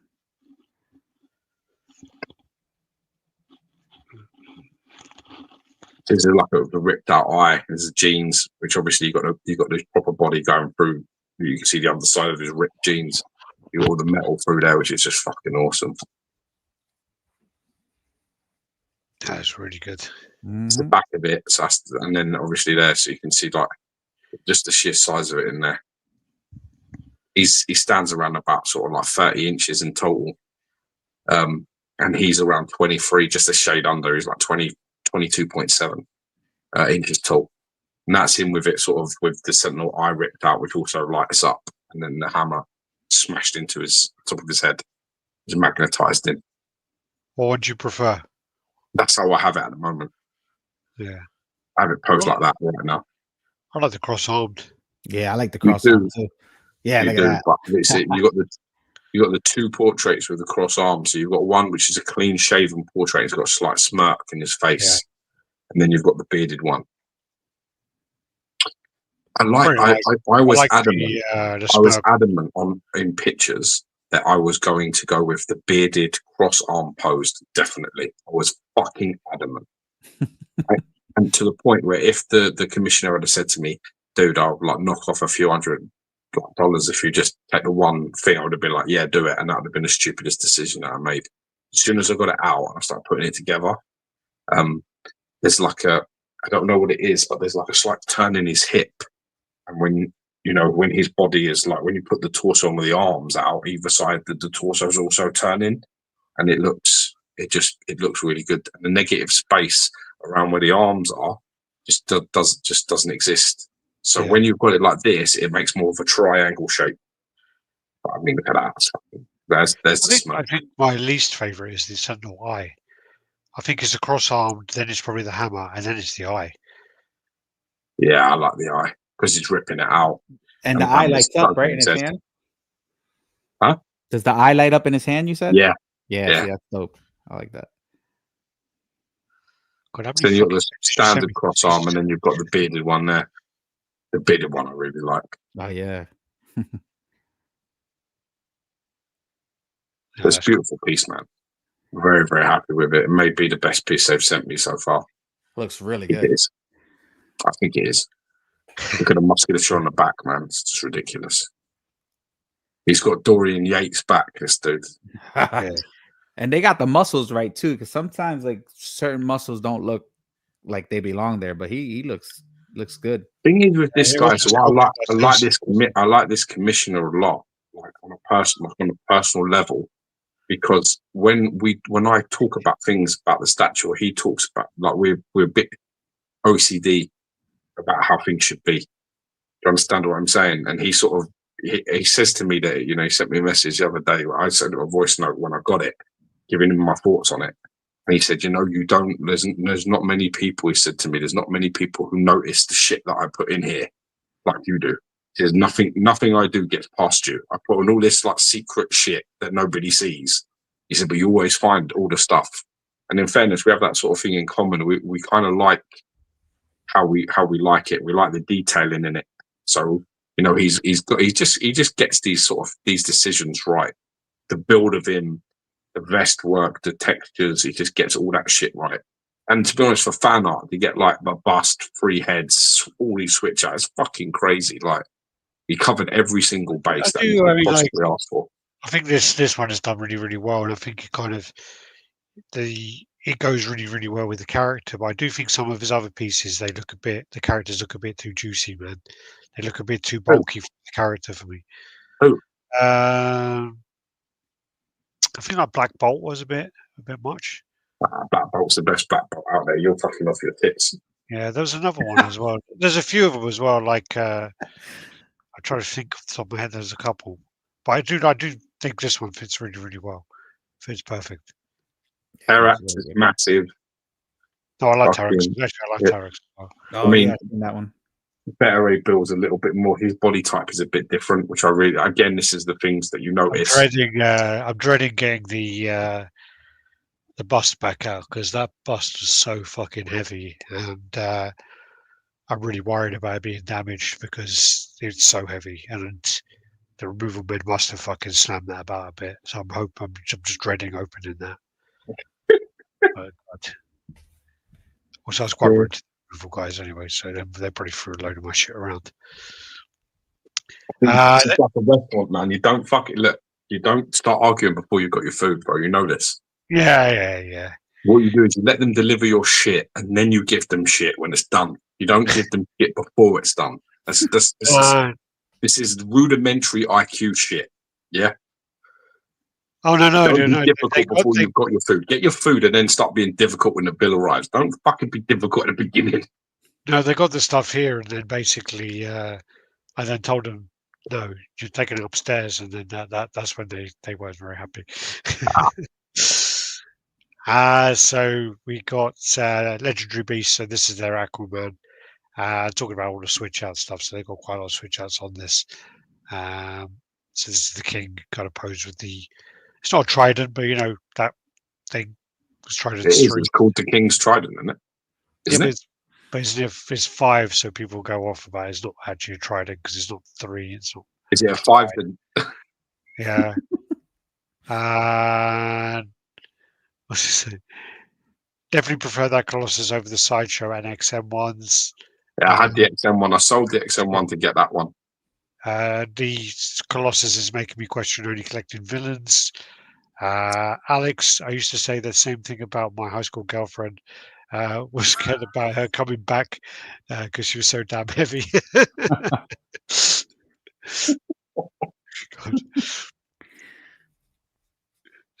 then is the kind of clean shaven, like kind of classic look. And there you go, close up there. Looks nice. Yeah. What do you think, Miguel?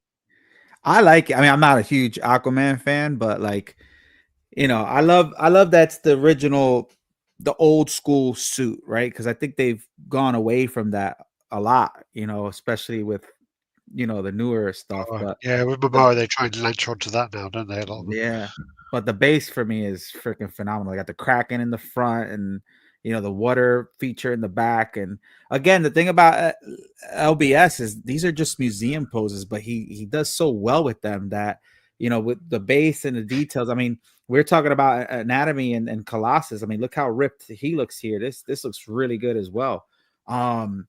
I don't know which pose or which portrait I would like. I kind of like the bearded one, but you know, if you want to go with that look from the Alex Ross part painting in the back, I think obviously the babyface one is the OG one. I think he's also got the water hand there as well. Do you not think, Miguel, that he's captured the pride there? Oh yeah, like for the sure. regal part. I feel he's captured it. Like if you go back to the portrait there, you go from the waist, sort of like there. That picture. Which one? Sorry, that one? That one. That's just like chin fuck up. Look, the anatomy's there. Chest is high. Chin is high. Proud as a king. Like pose. Very stoic. That. Yeah. Just got that. It's just got that right. I really like that. Yeah. So, and again, like he is the king, you know, of the sea. So he's capturing that. And it just looks really good. I love the, I know it's newer, but the arm switch out with the harpoon. or the spear. That's pretty dope too. Even though it's newer, so like you would have to really figure out how you would display it with the proper portrait. But I thought that was a cool thing to add. Who takes his hand? Do you know who takes his hand? Isn't it Batman? It's always Batman. It's always Batman. No, I don't know. No, I said Black Manta. Is it not Black Manta? Oh, Black Manta. I thought you said Batman. I don't remember. I don't know. Wish it was Batman. I fucking love Batman. I feel you, Alex. When I moved, I rented a U-Haul, moved a van, statues myself, made multiple trips, but worth knowing the boxes weren't tossed around. I did 3 loads, and then the bigger, heavy ones I kind of had to get help with, and then some of the other furniture, and they're the ones I'm worried about, but we'll see. I like the octopus in the base. Yeah, the Kraken. Yeah. Kraken. I just hope with this the colors are really like vibrant. You know what I mean? I feel like they gotta be like scaly, like a fish almost, like you know what I mean, like really like glossy or shiny. So I mean, it looks like it is, but I really want to see this in person. I think it looks dope. I like it a lot. Yeah, the wave on the base looks great as well. Oh yeah, for sure. And I always like on the back as well. You actually have Atlantis on the back. I don't know if anyone can see that. Yeah, it's down the bottom. Yeah. Yeah. So like here, you can't really see it very well, but it's all there. Oh wow! Yeah. That's dope. I think I sent you a picture of. Maybe there is. I sent you a picture of it. I think. Yeah, here you go. There it is. Yeah. That's awesome. Gates of Atlantis. It looks like something out of Lord of the Rings, doesn't it? It really does. But it's just fucking awesome. Yeah. No, this is the.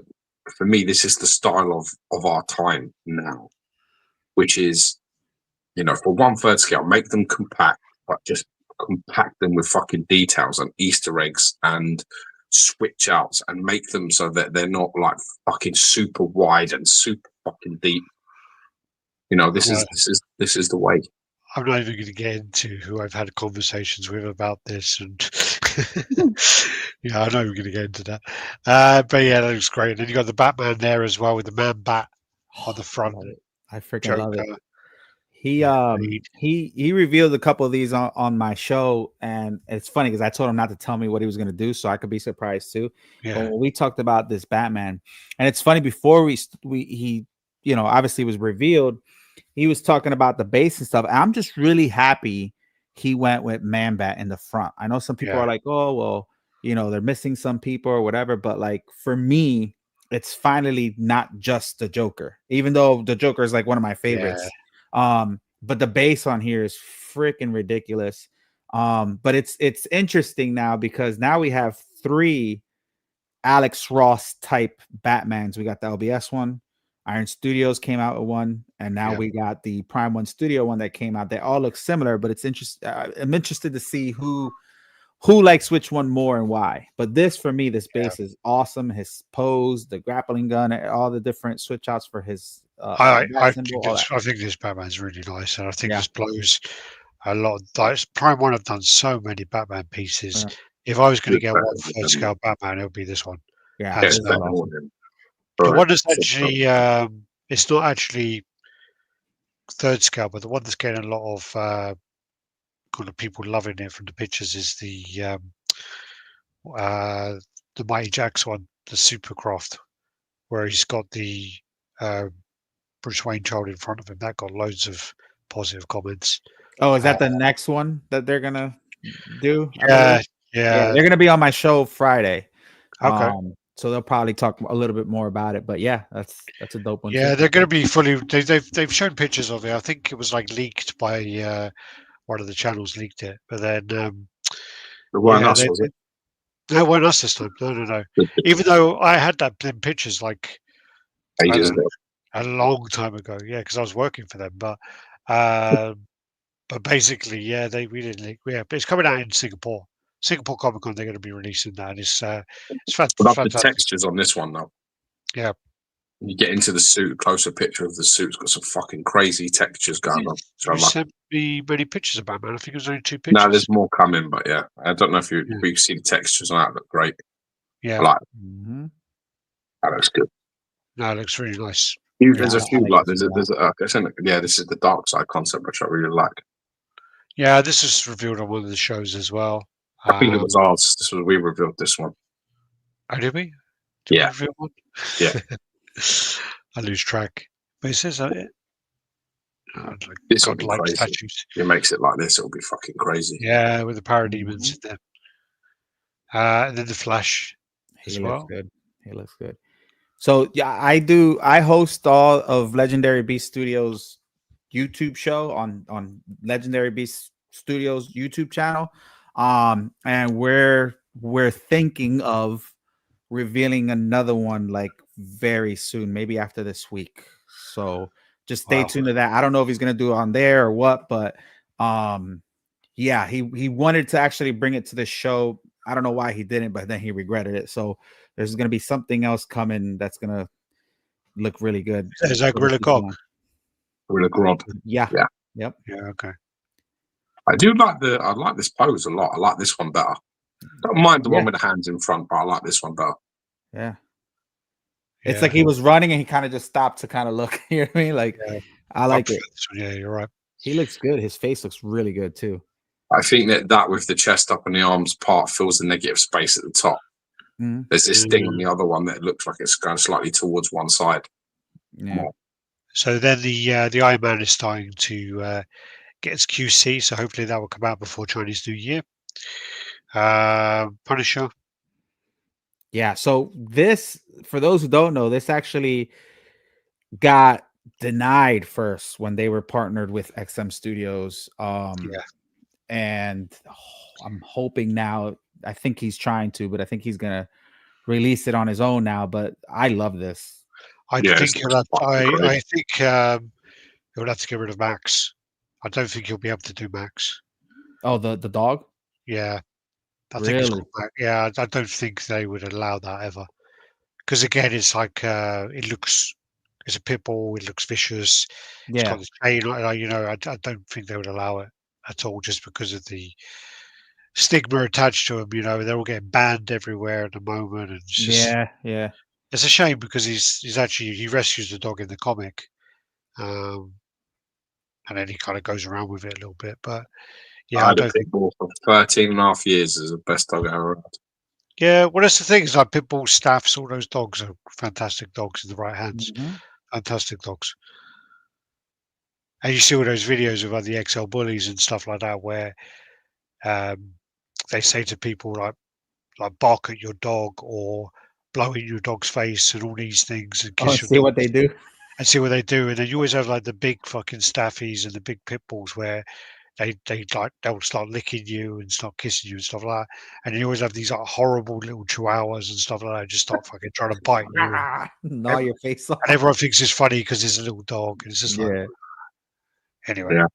I love this Punisher though. I'm not a fan of Punisher amazing. like that. Like you know what I mean? But this is awesome. I love this.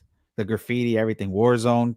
Yeah. Paying homage to the comic. Like those two busts are so different as well. I mean, like look at that.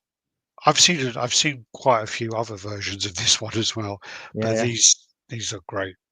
I love it. I think Max will get the chop though, unfortunately. And then these are all the versions of Superman. So yeah, I got the black one. It looked good. I liked it. Yeah. Got quite a lot of legendary beasts today, haven't we? Yeah, I think I got added to a group today. Oh, okay. I don't really like. I don't always go into all of them, but because it's legendary beasts and I like their stuff, I was like, I'm going in. That's the one he's got. Here you are.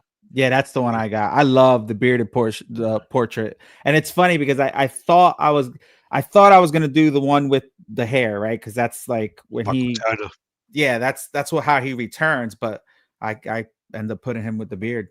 The eye one, the one with the eyes, it's. Wait back 1 second. Cool. My voice coughing 1 minute. It's cool, but I didn't like it better than any of the other two. But the bearded portrait is super dope. Yeah, what happened to Michael Turner? He got like leukemia or something similar now.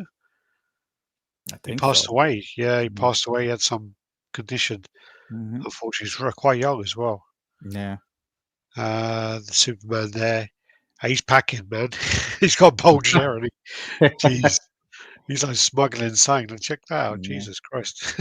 But it's cool because he offered different versions. You got the black suit, the baby blue, and then the navy blue. So like, this is for me. This Superman for me was a good complementary piece to your already Supermans that you might have. And if you don't have one, you got 3 options to choose from. But for me, to have a different color was very good. I think it's also good that he done it all on day one. He didn't like kind of mess around and do it later on. Oh my god! Again, it's like certain companies do that, and it's just they do every single thing they can to milk a line, and it just drives me absolutely crazy. Who eater head? We did well, even by Prime One are the worst. Prime One are easily the worst. I mean, yeah, Tweethead do it, but then they always say they're going to do like another version of all the Master Universe.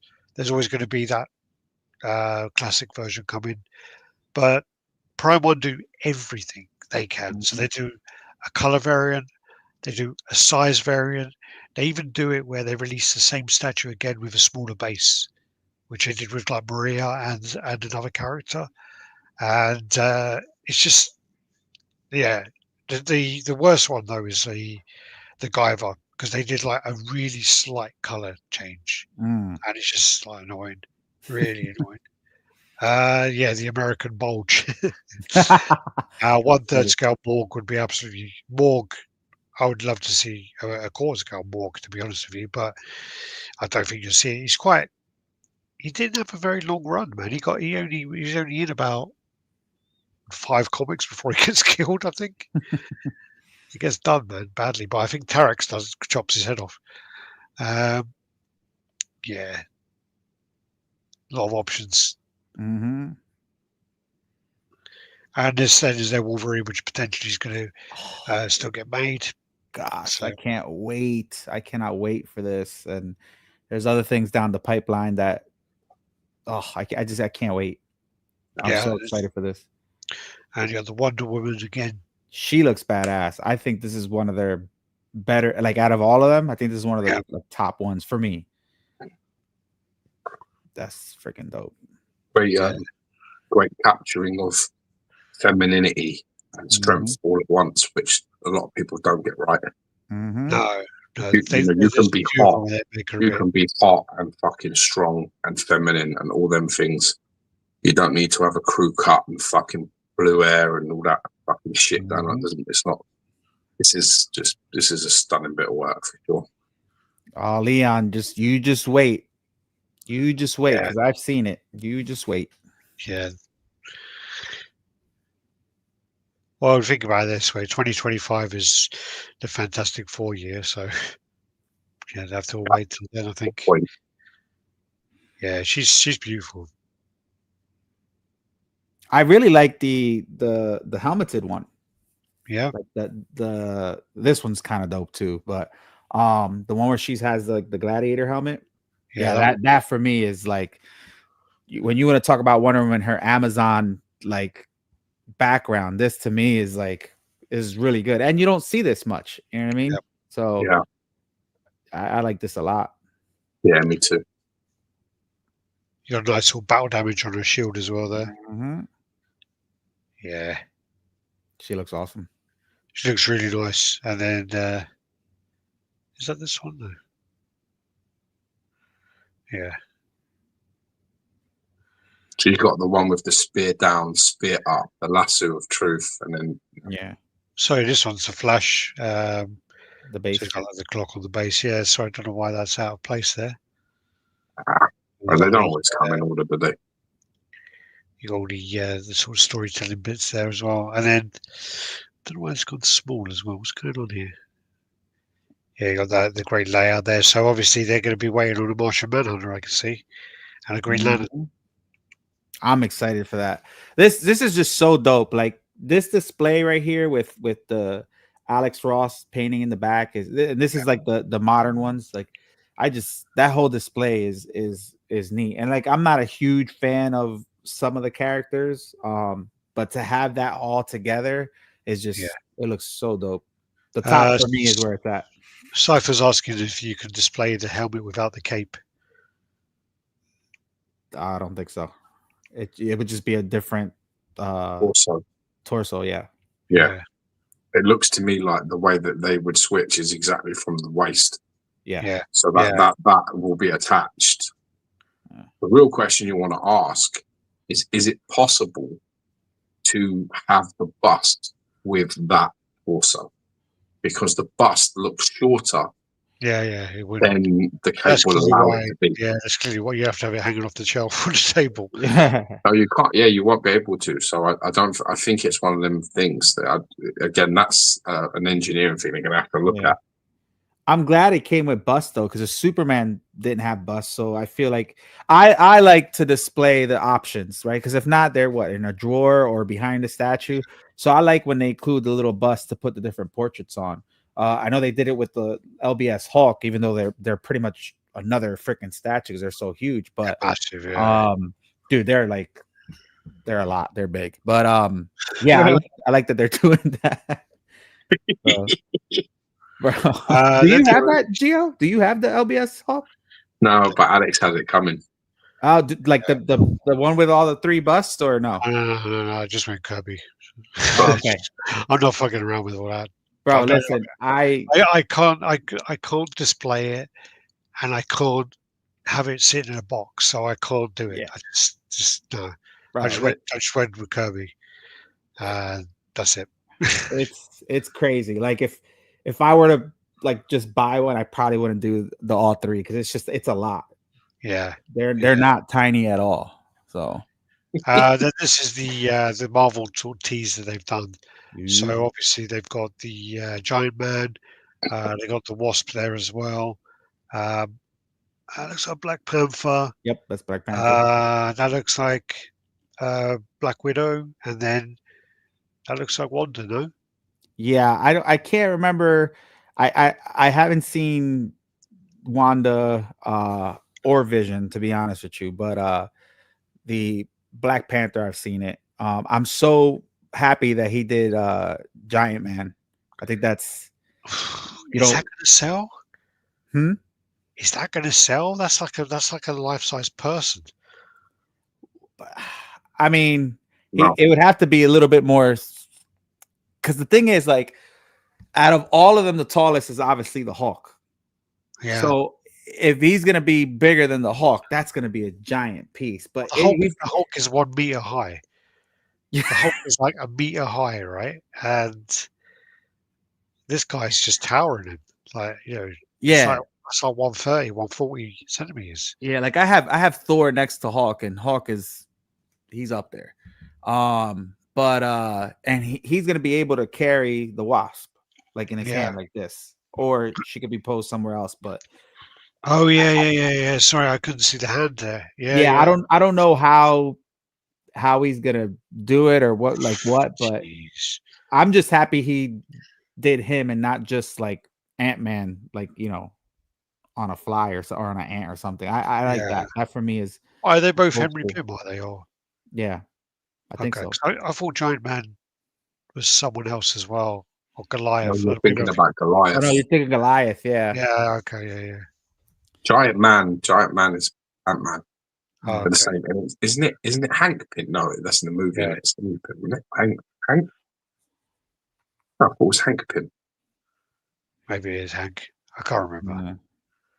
Well, Henry might have been his dad. Yeah.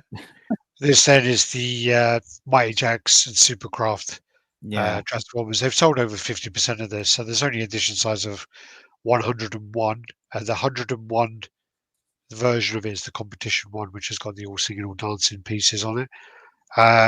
They've done stuff where there's like, I don't quite know the logistics of it, but you can add on extra parts, which is like parts of precious metal.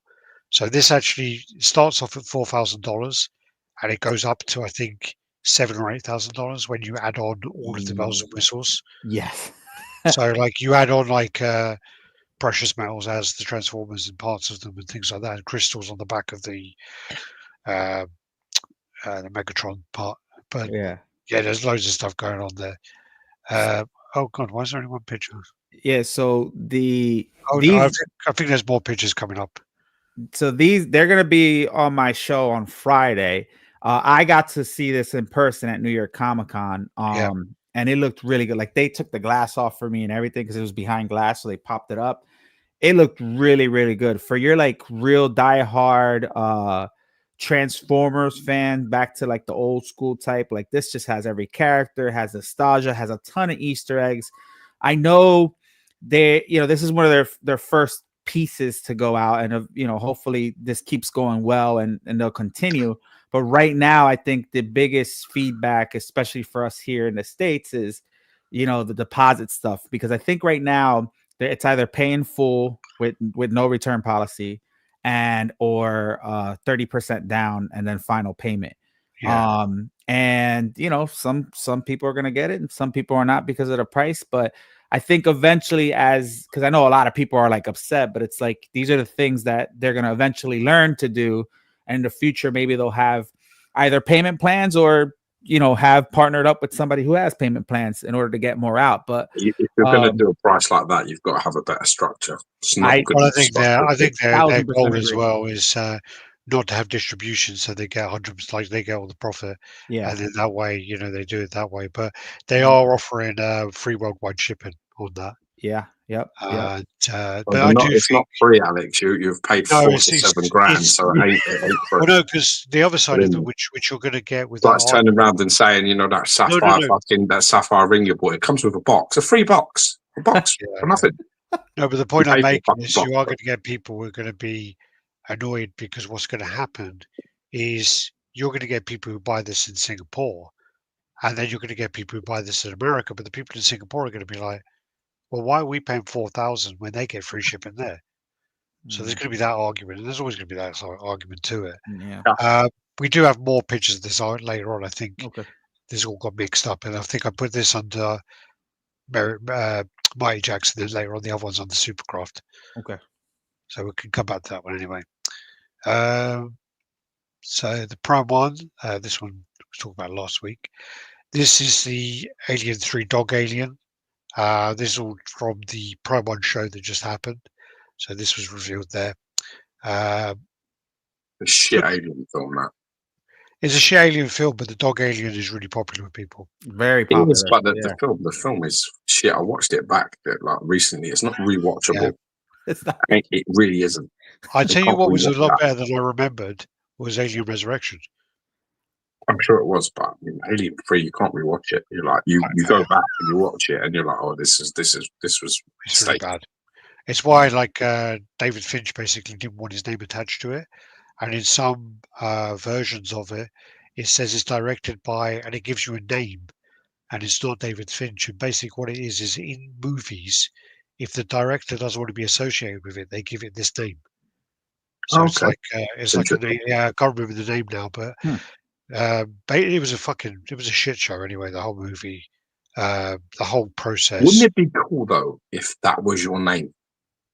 Yeah, or everyone that doesn't want to be associated with films was like, and it was your name, like Rob Jones or something, and you were Rob Jones, you'd be like, yeah, I've directed 27 films. Yeah, really? They're all shit though. Yeah, so wait, you work in a warehouse Monday to Saturday, and you direct film? Yeah, I'll check my name.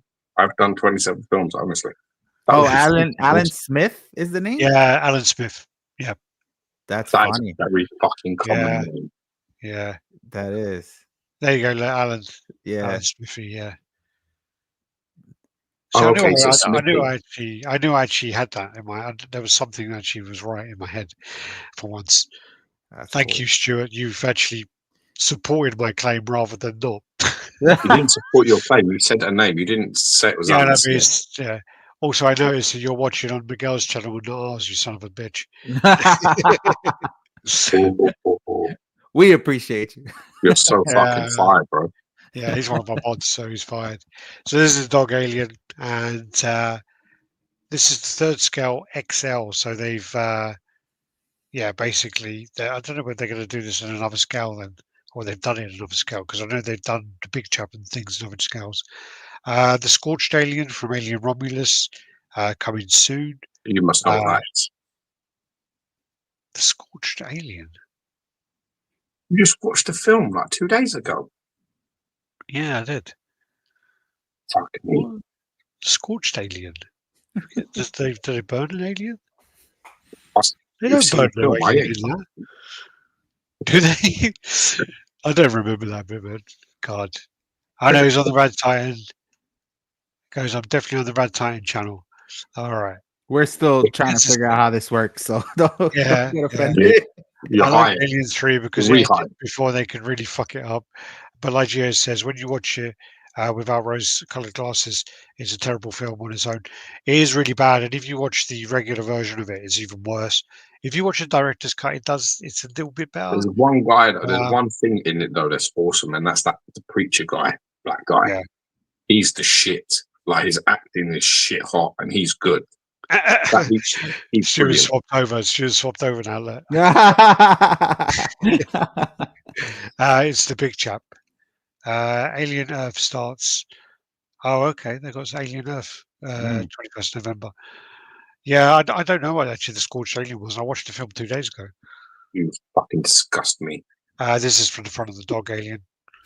They're also doing the Attack on Titan, so this is called Rumbling, and this is kind of the teaser for that. Attack on Titan is fucking weird, man. It's really creepy and really weird. That's right. Yeah, that's that. That's going to be a diorama like that. That's so bizarre. Damn. It's too creepy for me, man. Yeah, they're also going to do another Zod. So Legacy Art Zod statue. I want the Final Fantasy pieces, Prime Tees. Suppose they're going to be on sale on Square Enix website. Well, I mean, we'll get onto those as well, but they ain't going to be cheap. While you're here and you haven't done already, don't forget to thumbs up and hit the button. Thanks. Yes, Nelson's our guy. He's one who always mentions this. We always forget. My friend actually owns a few screen used outfits from it too. They were dirt cheap. Guess why? Yeah. The Scorched Alien is the one that catches her when she's falling. Oh, okay. Oh, yeah. Okay. I remember the big check gets scorched violently outside. No, it's not. It's not from. It's from Romulus. Yeah, it's from the new one. Yeah, you're wrong, buddy. Yeah, no, I know who he is now. Thanks, Stuart. Thanks. This is insane. James for throwing me off there. Yeah, this is the Berserk. This is Batman Berserk Dark Ages. So this is the kind of back side of that, and then that's for fuck's sake, I messed up all these fucking pictures. Well, there was a video of them putting it together. I had like a fucking 100 parts of it. Yeah, but like the presence of the I'm not a fan of that type of Batman whatsoever, but like I appreciated this so much because not only was it huge, but when the axe that he has, the blood is what's they're using to hold up. That's blood there. I know it's not in color, but once we get the picture on the other side, this thing is massive, but it is so full of details. For me, this I think stole the show out of all of them. I'm not like really big into anime or any of that stuff, but this I thought was really cool, even though I would never get this. Yeah. But I thought this was awesome. But again, Berserk's fucking messed up as well. Yeah. Imagine Batman Berserk. That's double fucked. Yeah. You got the cave troll they're working on. This is cool too. Yeah, this is another cool one. It's just so big, man. So it's so big. These are then the Cyberpunk pieces. So they did show these. So you got Rebecca, Lucy, David, and then they kind of come out with like a diorama. Yeah. Not played Cyberpunk yet. It's on my list of things to do, but I haven't got around to it. You got Darkseid there as well. I thought this was fan art, you know. Did you? Yeah, I posted this as fan art because with all the heads and shit, and I was like, "This is fan art." I think it's promo, isn't it? It is promo, man. I hope it's promo because I'm putting with the promo stuff there. It is promo. This then is the Doom Dark Ages. So they actually did the Doom guy before, which was really, really popular. I think he actually won one of our best statues for World Awards. But yeah, so you got that. That's just a tease for that. Then you got the Paul Atreides.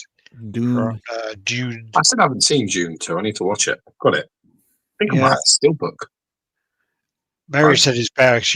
We watched it the first time, and there was so much hype about it being like better than the first one and whatever else. We were like, watched it. We were both like, that is not better than the first one at all. And she's watched it another 3 times since then, which I haven't.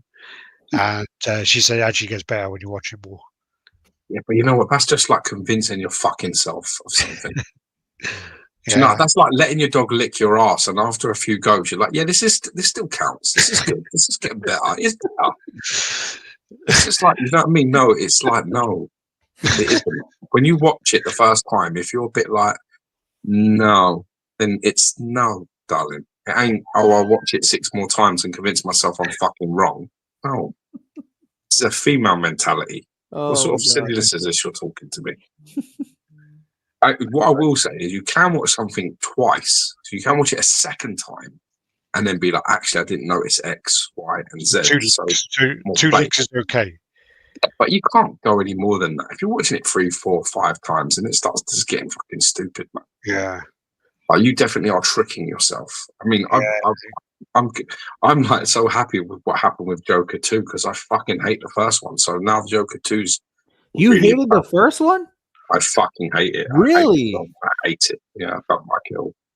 I still maintain that the Joker, the first movie is not a movie about the Joker at all.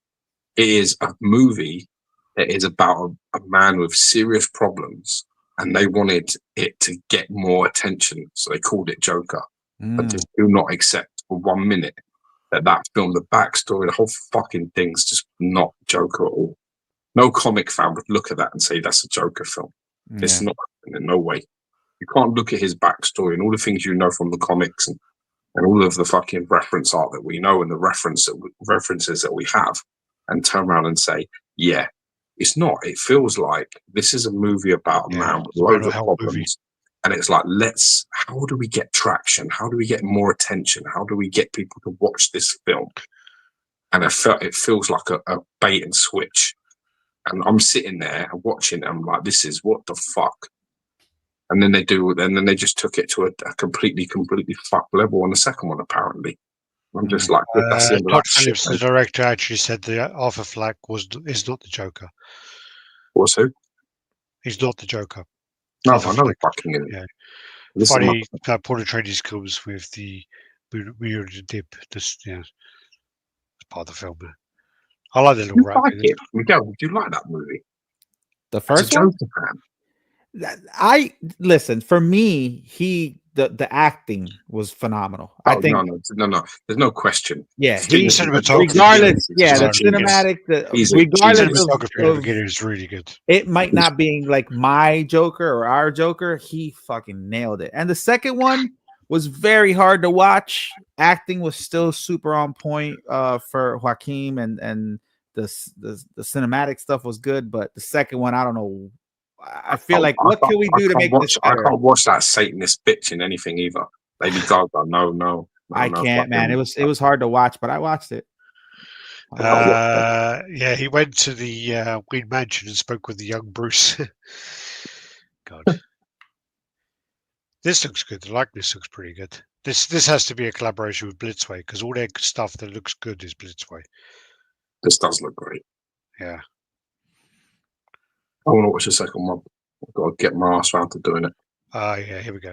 So then the Final Fantasy VII stuff. So this is something which people have been waiting for a long time for a company to get the license with, and Square Enix has kind of been holding back.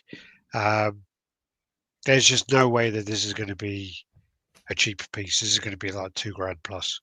The other one, which was the Final Fantasy VI piece, that was like $13,000. 40,000 or something with it. So these pieces, Prime One know that these have got a lot of people wanting to buy them. And to work with Square Enix is expensive. So there's no way this is going to be a cheap piece. And there was something which was quarter scale, like the Near Automata. There's going to be those kind of prices, and that's like $2,000. So. Yeah, it's a shame really because Sephiroth, all these pieces are great. So you got like a Cloud, Zack, and you got like Cloud comes with 3 swords as well. So it's 3 poses. Yeah. Looks cool, man. This is just not my jam, bro, at all. I don't know what the fuck any of this is. Dude, man, I remember when I was a kid and I came around your house, I used to play this fucking game, and I thought you were turning gay. I was like, man, he's going to start dating guys, and he's going to tell me soon that he's into guys now. I know what's coming.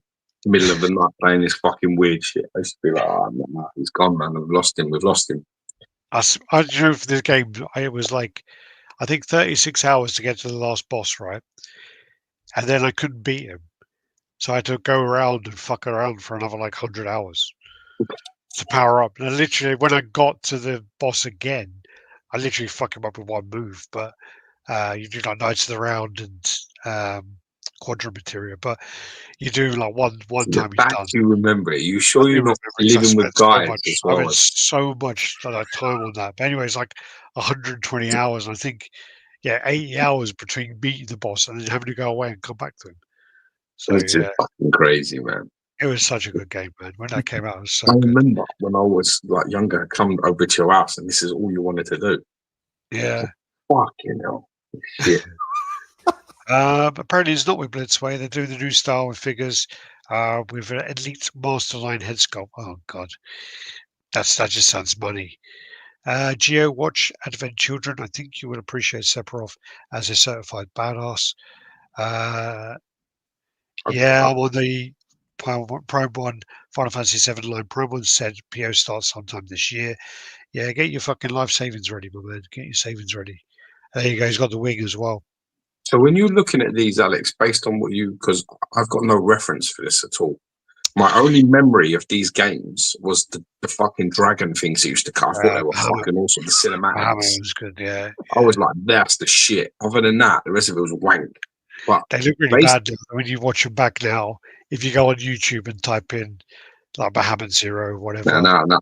I still fuck women. I don't need to do that. When you look at these pictures, what is it that do you think to yourself, wow, they've really captured the art? Or is this on point? Because I really don't know. I think the problem with it now is that, this is actually something that Mark Carlin said to me about Resident Evil. Is that handheld thing, like the one I gave you the other day. Yeah. On that, there's Resident Evil, and when you go and play it, it is really shit. Like it's so blocky, so like outdated, and it's the same with this. Final Fantasy VII is so outdated now. When they have the cutscenes, Square Enix had the best cutscenes at that time, so they looked absolutely amazing. So yeah, they did look good, but now this looks more like the new version, like they've done Final Fantasy Rebirth 7. Okay, and it does look more like that, to be honest with you. You're not tempted at all? No, not at all. They're going to be really, really expensive, and I'm not even going to humor that. What about you, Miguel? Did you miss this? Or were you too busy with other things too? Nah, I wasn't big on this game. I mean, it's super popular, but I wasn't playing it. Yeah. Well, he's not going to admit it now after you just fucking laid into me. No. He's going to go, yeah, I played it. And you're going to go, well, how the fuck did you have a daughter then when you were out there fucking dead? That's what you're going to start. Listen, I got to tease you, man. Otherwise, it's just no fun being it. Listen, the thing is that when you do these chats and things, me and Alex just talk to each other how we talk to each other in private. Otherwise, you know what? I can't fake being somebody I ain't for like 2 hours. It's just not gonna happen, bro. Now, listen, when we talk about God of War, Harris, bro, I'd have to do a 3-minute bit and then get the fuck off there quick. You do know that we made the 13 minutes today, but that was only because Miguel didn't stop talking. Thanks, Miguel, man. We normally we may have been monetized for this one. Allegedly, you get monetized if you don't swear for the first 13 minutes, right? Allegedly. So we've always tried to get past 13 minutes. We never do. We never get past it. So today was, I think, the first day in like 300 chats that we've actually done it. Thank you, Miguel, for coming on and making our dreams a reality. Bro. You're welcome. So we're gonna get £1.19 for this chat. $1.19. Yep. It's the hardest £1.19 I've ever earned. So I'm taking it. Prime 1 is supposed to sell on the Square Enix website. It will sell out fast. Geo was Sonic and Mario. Final Fantasy was different. I remember trying. Once trying, it was hooked. Nobody could compete with his graphics. Yeah, Square Enix. I mean, their cutscenes were amazing, and Tekken cutscenes were amazing as well. Oh yeah. First time it looked really good. But yeah. Now we talk about God of War. Definitely played that. Geo, have you played? You have. Oh, okay. All right. God of War is my favorite game, and it's funny because I first started playing the first game when my wife was pregnant with my son, my first son. So it was quite going through that sort of journey when my wife was pregnant. Because I remember I started playing it, and she turned around to me, and I can't remember. I don't know how many. She was like maybe 7 months pregnant with my first son. And she turned around and said to me, "You better get that shit done before this baby gets here, because you ain't getting fucking back on that shit again." So, you know what I mean? I was like trying to play it and shit, and just his journey with his son was just a really moving. I think it probably is my favorite game. Sure. And then the shock at the end. That's the first game that I was like, what? Really good. Speaking of which, I think my eldest son has just woken up because he always comes down the stairs like we're being burgled. There he is. Yeah.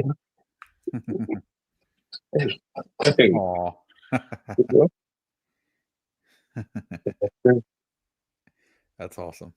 Okay. I can imagine Geo in the house just saying, "Boy." So he did that for a while when little Georgie was like younger. He'd be like, "Boy." He kept doing it. Boy. I haven't played the second one yet. Yeah. Yeah, I want to play. I've got so many games I need to play. I dropped my PlayStation the other day really hard. Oh no! It's been sitting under the TV. I literally haven't plugged it in properly. Since last Christmas, I got Ghosts of Tsushima. Last Christmas, I played that a little bit, and then when I started moving house, I unplugged it all, and I dropped it the other day, and I'm just like, if I plug that in, it ain't gonna work.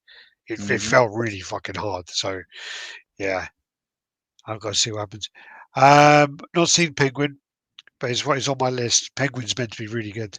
It's so good. It's so good. I'm gonna have to love you and leave you, boys. But, all right. I'm gonna put my little man to bed. So, no worries, man. Miguel, it was an absolute pleasure and an honor to spend the time with you, man. Thanks for coming on, bro. Sure, man. I hope I make it out there when I travel, man. It's no drama. You do. I'll do some of the Prime 1 stuff. Get some of the Prime 1 stuff. Finish it. Get it done. Let's just finish it. There's like 500 pictures in there. Yeah, I would do it. Then it's the perfect time for me to bow out. Yeah. I fucking hate Prime 1. I seriously hate Prime 1, so I'm happy to be taking my son to bed. God bless. Hey, thank you, brother. Thanks, everybody. I'll see you soon. It was a pleasure. Tomorrow, man. Bye. Yeah, so what we're saying, I played the second one. Played Ghost of Tsushima, and then I didn't get very far in it. Yeah. The same thing then, but then my son was born, so I haven't been able to play anything since. So, yeah. The second one's really good too. God of War, it's really good because now Thor's in it, and it's just a whole crazy storyline. So I love it. Oh, sorry, you're talking about Penguin. That was it. Yeah. Oh, yeah. Penguin's really good, man. Just like the acting is phenomenal. Like just everything. Like, and it's funny because I don't know who said it. I read it somewhere where like I don't think Batman needs another villain. Like this is like, or that was Joker. I think that was Gunderson. Oh, was it? Gunderson. Yeah, I thought. Oh, yeah, it probably was. Yeah. He said, "Don't give me another Joker movie." He says, "No, you don't need to give me another Joker movie." Yeah. Now you've got the Penguin, and apparently he's done 5 or 6 scenes in the next film, and he signed up for the third film. So, we'll see. We'll see what happens. It's so good, though. It's really good. I like Colin Farrell anyway. When I was younger, believe it or not, I used to get like a lot of women coming up to me saying you look like Colin Farrell. And I used to get a lot of pussy, and it was when he was in Daredevil. I was bald. I had my head shaved bald, and I had a beard like a little box beard. And I got so much pussy. You was a problem back then. That's awesome, dude. I had a lot of fun.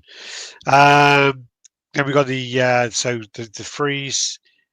And why is this not going full screen anymore? I hate when it does this. So yeah, we've got the freeze coming. So there's not only a little teaser of that. And then we've got the Guilty Gear stuff, which is quite surprising they're doing because I know Connecticut's were doing this before, and I don't think it was that popular. I don't think it was that popular at all.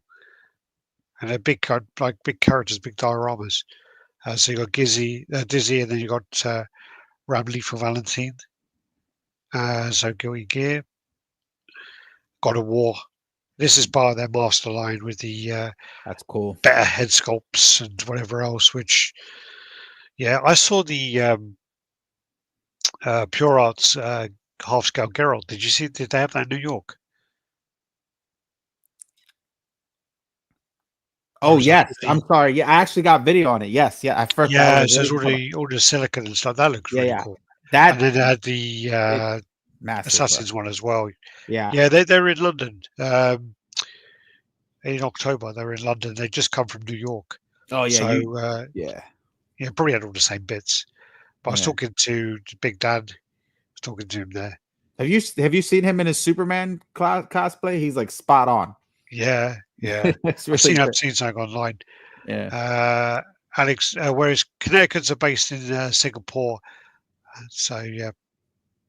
But I think they've kind of dissolved into Jacks now. So their last pieces was the Infinity. I forgot his name now. God, the Omni-Man and Invincible. They were the last pieces they've done. So yeah, God of War. This looks great. Yeah, it looks really good. That's not going to be cheap. No, I don't think any of these are going to be. No, Prime One just they just charge the maximum price. Like whenever you get like a sideshow piece, or even sometimes you'll get an XM piece, or sometimes like another company, you'll get the price, and you'll be like, oh, okay, that's a surprise. Prime One is always like, damn it, yeah, okay, I'm not. It's too expensive. Yeah, I bought my only piece on pre-order actually is a Prime One piece, and part of me is regretting it as well because of the fact that it's like it's going to cost me about dollars, like $1,800 to $2,000 to get this piece in, and it's like it's like a little quarter scale woman, and I'm just like, this shouldn't be that expensive. Really shouldn't be that expensive. It's the Alita Rusty Angel. Oh, Alita, yeah. So this looks good though. It looks really good. I need to get on that game. I need to play it. You do. It's really good because of this right here. Because of this. Yeah. This just storyline is insane. I love it, man. It's so good. The girl I was dating when I was playing the God of War, because she was Swedish. She came in and she's like, "Oh, who's that?" And I was like, "Oh, it's Boulder." And she goes, "Oh, yeah. Do you know the story about Boulder?" And I'm like, not really. She goes, "Oh, yeah, it's because he's like beautiful. The other gods hate him and blah, blah, blah. And he's good looking and this and this." And then she says, "Oh, his only weakness is mistletoe." And I was like, "Oh, okay." So as soon as he got those fucking arrows, I was like, okay, I know. Spoiler alert. She's already told me what they're for. So, Guilty Gear, let's go. How much do you think it's going to be? For the God of War, I mean, is it quarter scale? I think so. I still think it's going to be like $2,000. Like dollars before shipping, before taxes. Yeah, and then shipping's another grand. Yeah. Well, we get that done. So you go, save us $2,000, save us 1,000 shipping, that's $3,000, and then we get 20% on top of that. No. So are we talking about the God of War one? Yeah. Oh, yeah. I think that's Oh no, it's 1/3 scale. Yeah. Oh, that's gonna be like 2.5 then or some shit. Yeah. I think it's gonna be over 3. I think it's gonna be over 3. Oh. Fuck. Especially knowing that people are gonna probably get Thor with it. Yeah. Yeah. Then you got the jury, it says quarter scale. These look quite nice. We saw the Cami last week. It did actually look quite nice. I mean, the one thing about like Prime 1 is they do a lot of Batman, they do a lot of variants, they do a lot of things, but they do a lot of characters as well that you're not going to get, you don't see from other companies. So Yeah, they true. do, and there is that kind of element which one of our mods mentioned, which is, George obviously hates the business practice of Prime 1. A lot of people really hate the way that if you buy something, you've got zero guarantee that you're going to get your money back if you're in the shit. It's not that it's not necessarily you're going to buy something to get your money back or anything else or to flip it. But if you're spending $2,000 on a statue and something goes wrong, you want to know you get that money back. You can sell it. And with Prime 1, it just doesn't happen. Yeah, they just damaged the market so much on their side. I mean, obviously statues now, prices are down at the moment. Now's the time to buy all the stuff that you wanted 10 years ago that you did that were like grails then. Buy those now because they've gone down in price. I got like a Doctor Doom on Throne for like dollars, like $700. wow. So that was selling for like $3,000 at one point. Yeah. I got all of the zombie pieces, the Deadline, and again, one of them was going for £700, and I got it for £200 for the exclusive. I got the old Punisher, the original Punisher by Sideshow, again like £200. So, oh wow, yeah, you can pick up some great deals at the moment. These are the Prime 1 Justice League, Alex Ross. A lot of hate towards that Wonder Woman. A lot of hate. A lot of hate towards the Batman as well. The logo goes over too far, apparently. Well, I think they said off the bat, because that they were gonna going to correct it. Yeah. Johnny said he was going to correct it. Yeah. What do you think of these bases? For some reason, I kind of like them. They're also a little bit more modern for the old school look that they're going for. You know what I mean? So I don't know if it meshes well, but I kind of like the bases. I think they look a bit cheap. Well, they light up and stuff, and they're like a high gloss. Like I said, they don't. I don't think they match necessarily the statue, but I thought the bases were cool. They were all lit up on the bottom. Yeah, from these pictures, I mean, they look like cheap plastic. But obviously, when you see them in person, they're going to look a lot better. But for these promo shots, I don't like them. Yeah, the Batman looks good though. I like the Batman. Yeah. No, they're nice, but then like people are saying she looks a bit manly. Her knickers are a bit too high, so you can see like she wouldn't wear it like that, and her face does look a bit. Yeah. Compare it to like the LBS. Yeah, LBS one. Yeah. Yeah, for me the LBS one kicks this one's butt. So yeah. I think this is Kaiju number 8. I think. But yeah, there's some crazy shit I don't know about. So yeah, it's and I might be wrong, so somebody could correct me, but I'm pretty sure there was a show on Netflix, and I think it had to do with Pacific Rim and fighting all these kaijus, and there was like this guy that turned into a kaiju, and I think this is it. I don't know if that was like a one-off to that. I don't know, but Kaiju number 8. So that's tied into Pacific Rim. I just remember watching a Pacific Rim anime on Netflix. It might still be on, and they're just fighting a bunch of kaiju. And then there was one that it was like a guy that turned into a kaiju that looked like that. I don't know if it's the same one. I don't know if there's multiple of them, but yeah, it's just different.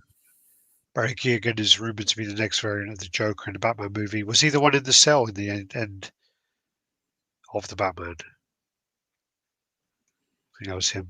Had it confirmed by Prime 1 that Superman and Batman will be come with sculpted and soft goods capes in the same box. No need to double dip like the Batman Hush. I take it these 1/4 scale don't take up much room. Yeah. Okay. Then this is the Attack on Titan piece, which has been out already. So that's Levi and I can't remember what Titan is. This one I think is so fucking. I mean, again, I'm a massive fan of Ninja Scroll. I love it, and this is Jubei versus Desai, and I think this looks fantastic. Yeah, look at that. That's so cool. Yeah, because he throws a shuriken in his eye. So that's one on the left. But the problem is, like, the one on the left and the one on the right have got the same mouth. And it's just that eye that's different. And then the one in the middle, he's squinting, but he hasn't got the blood. And I don't know, it's just sometimes their variation in heads are just not that much different. You know what I mean? Yeah. So, like, that one, the first one and the last one are the same apart from that eye. Mm-hmm. But then that mouth turn, I don't know. I just think it's just not much different. But I think this piece is really cool. It's expensive, but I think it's kind of worth it because you're getting two characters and it doesn't meet at all. So I'd be tempted.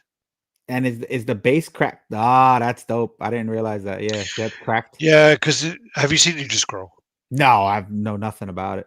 Yeah, so like he kind of does when he attacks him, the guy, the ninja guy, he kind of does like a thing with his sword where he does that, and then there's like a power like goes out, and then you see the ricochet of the flame kind of goes up.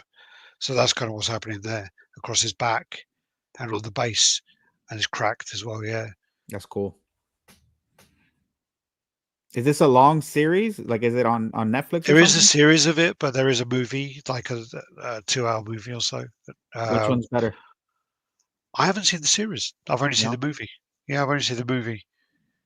Definitely worth watching. It's probably from our childhood anyway. I mean, Ninja Scroll is the one that probably holds up the most, and it has the least amount of rapey stuff happening. Most of the animes always have a weird rapey stuff. Some crazy stuff. Yeah. It has rapey stuff, but just not as much as some of the others. Yeah. Oh, see, Leon said it was an anime about a kaiju, and Hibino becomes the kaiju number 8. Yep. Oh, okay. I remember. See, so maybe it was a kaiju anime versus a Pacific Rim. Oh, Dog Eater. Will the Dog Alien do have a price yet? No, not yet, so. But again, that was next to the presenter, and it's big. It's 1/3 scale anyway. It's called 1/3 scale XL, so that's going to be XL price. I'm telling you, extra big. Because I think this one for the Dulux of this, I think is £1,700. Which I don't think is like terrible, considering how much I'm paying. Yeah. Considering how much I'm paying for this fucking Elite art, that doesn't seem that bad. But I'm not getting it. I can't. I've got a custom Jubei, and the guy actually did do the Tasai as well, but he did like a massive piece. These are sketches that were in the gallery. So little sketches there. So you've got the Predator 2 Elder. So that's coming from the end of Predator 2. He comes in. The funny thing about this, though, is Sideshow did actually start to do an Elder bust, and then it never got released. I don't think they had enough traction on it, so they cancelled that. I'm so glad I didn't go down this rabbit hole because they got so many Predators, and some of them are like really, really, really good. Yeah, the Sea Hunter. No, not Sea Hunter. The Jungle Hunter. Sorry, the Jungle Hunter is dope. That's one of my favorite ones. Yeah. Yeah. What's the cover one? There's a Prime one, something cover art, something. That one's really good. Yeah, that one's good. And what's the other one? Like the King one, the one where he's like super, like way bigger. That one's pretty dope too. Berserk. No, isn't it? No, it's not Berserk. It's like the Berserker one. That one's maybe, yeah. It's really big. Yeah. There's loads of them, but there's so many of them. Again, I would only get the one, the Jungle Hunter one. The Jungle, yeah. The one that comes with the Scar. There you go. That's Scar. That's from AVP. The Scar and the Wolf. The Sideshow Wolf was really nice.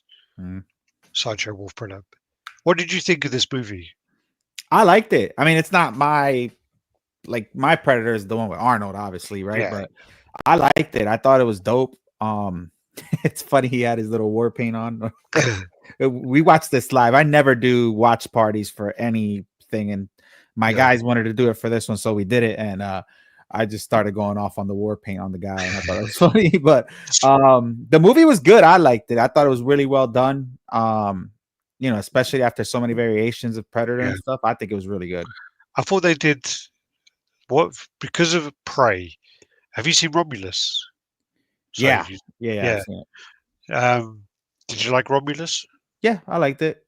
I think what they did was they kind of took away from Prey, and they were like, what worked with Prey, what didn't work, why was that popular?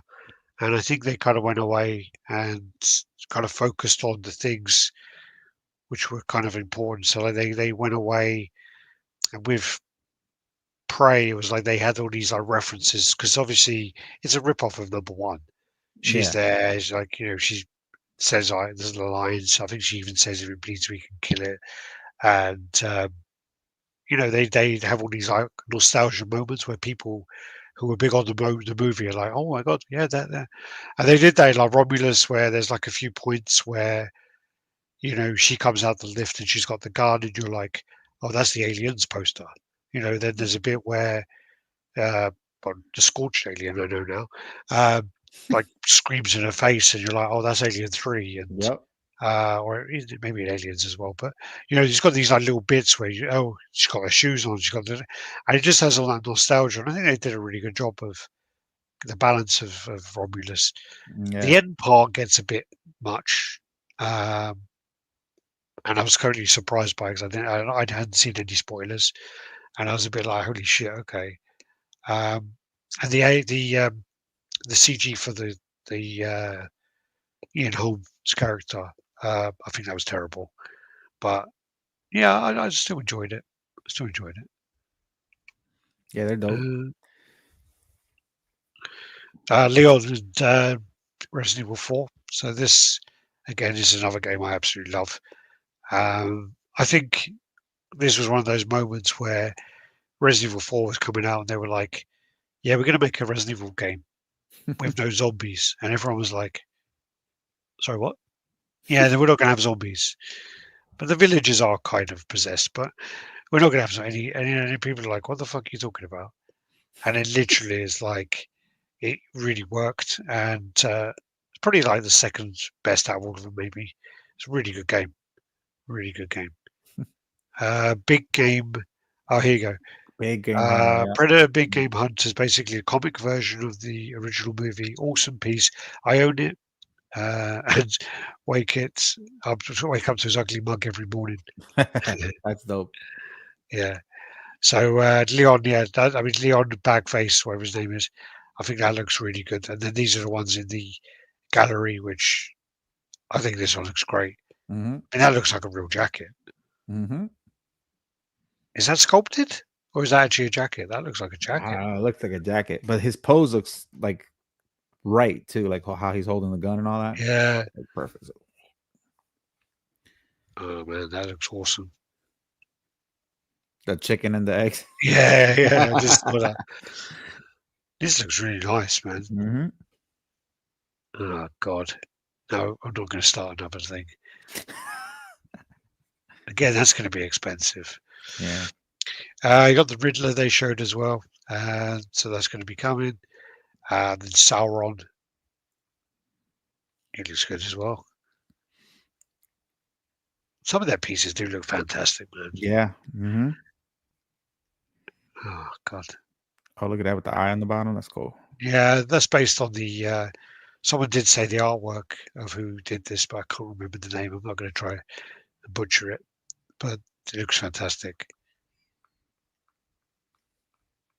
And also, they've picked up the licenses for Soul Calibur, Superman as well. Another Superman. I don't have the picture. Yeah, I don't have the picture where he's holding Batman's head.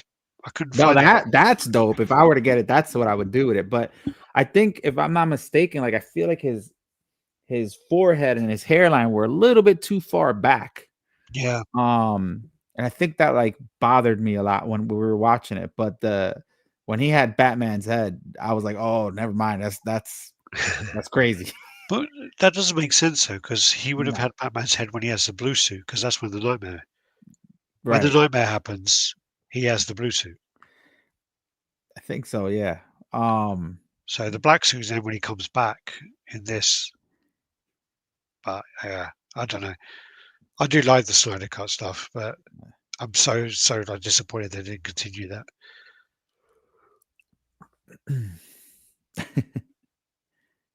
We got like a guy, Stuart Murray's a big Superman fan. He's definitely picking this up as well. Nice. They've also got the SNK line, so I wonder where they're going to go with that. Whether they're going to go like Fatal Fury, Samurai Showdown, Fatal Fury, Metal Slugs as well. Loads of great games there. Treebeard, Core Scale. I don't know if that's going to be true Core Scale because Treebeard is like 20 foot tall. Yeah. Or more. He's probably like 30 foot tall. So that ain't going to be Core Scale, is it? I don't know. I know that. Oh, sorry, there's that fucking picture. God damn it. Dude, this was crazy. Like, look at the base alone, and like the blood holding up the axe, like just the way they designed this, like they really thought of how to nail it without it like having any like leaning weird issues. Or because imagine if they didn't have that blood holding up that axe. It's dope. I can't wait to see this in color. Like at least they've learned from their mistakes in the past. Yeah. That's the thing, you know. So yeah, look at his claw as well. He's got the Predator claw. Yeah, this is crazy. And there's a video of them building it, and it just like that wow factor when they were building. I was like, oh crap, this thing is massive.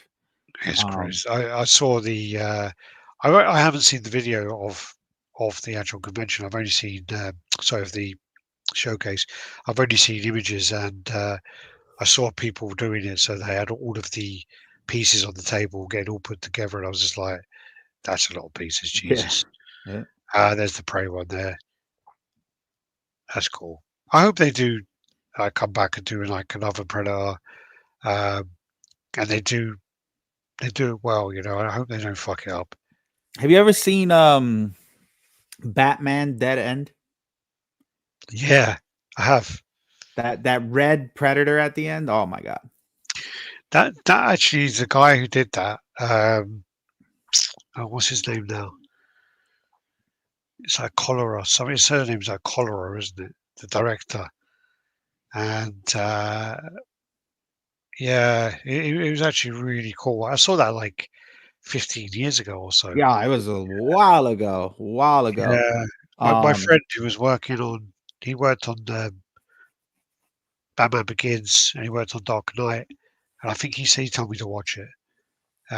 Because potentially, was the guy a stuntman or something? I think the guy who played Batman is actually a stuntman. Yeah, I think his daughter came on like not too long ago on social media and was like, "Oh, that's my dad," and we were like, "What the heck?"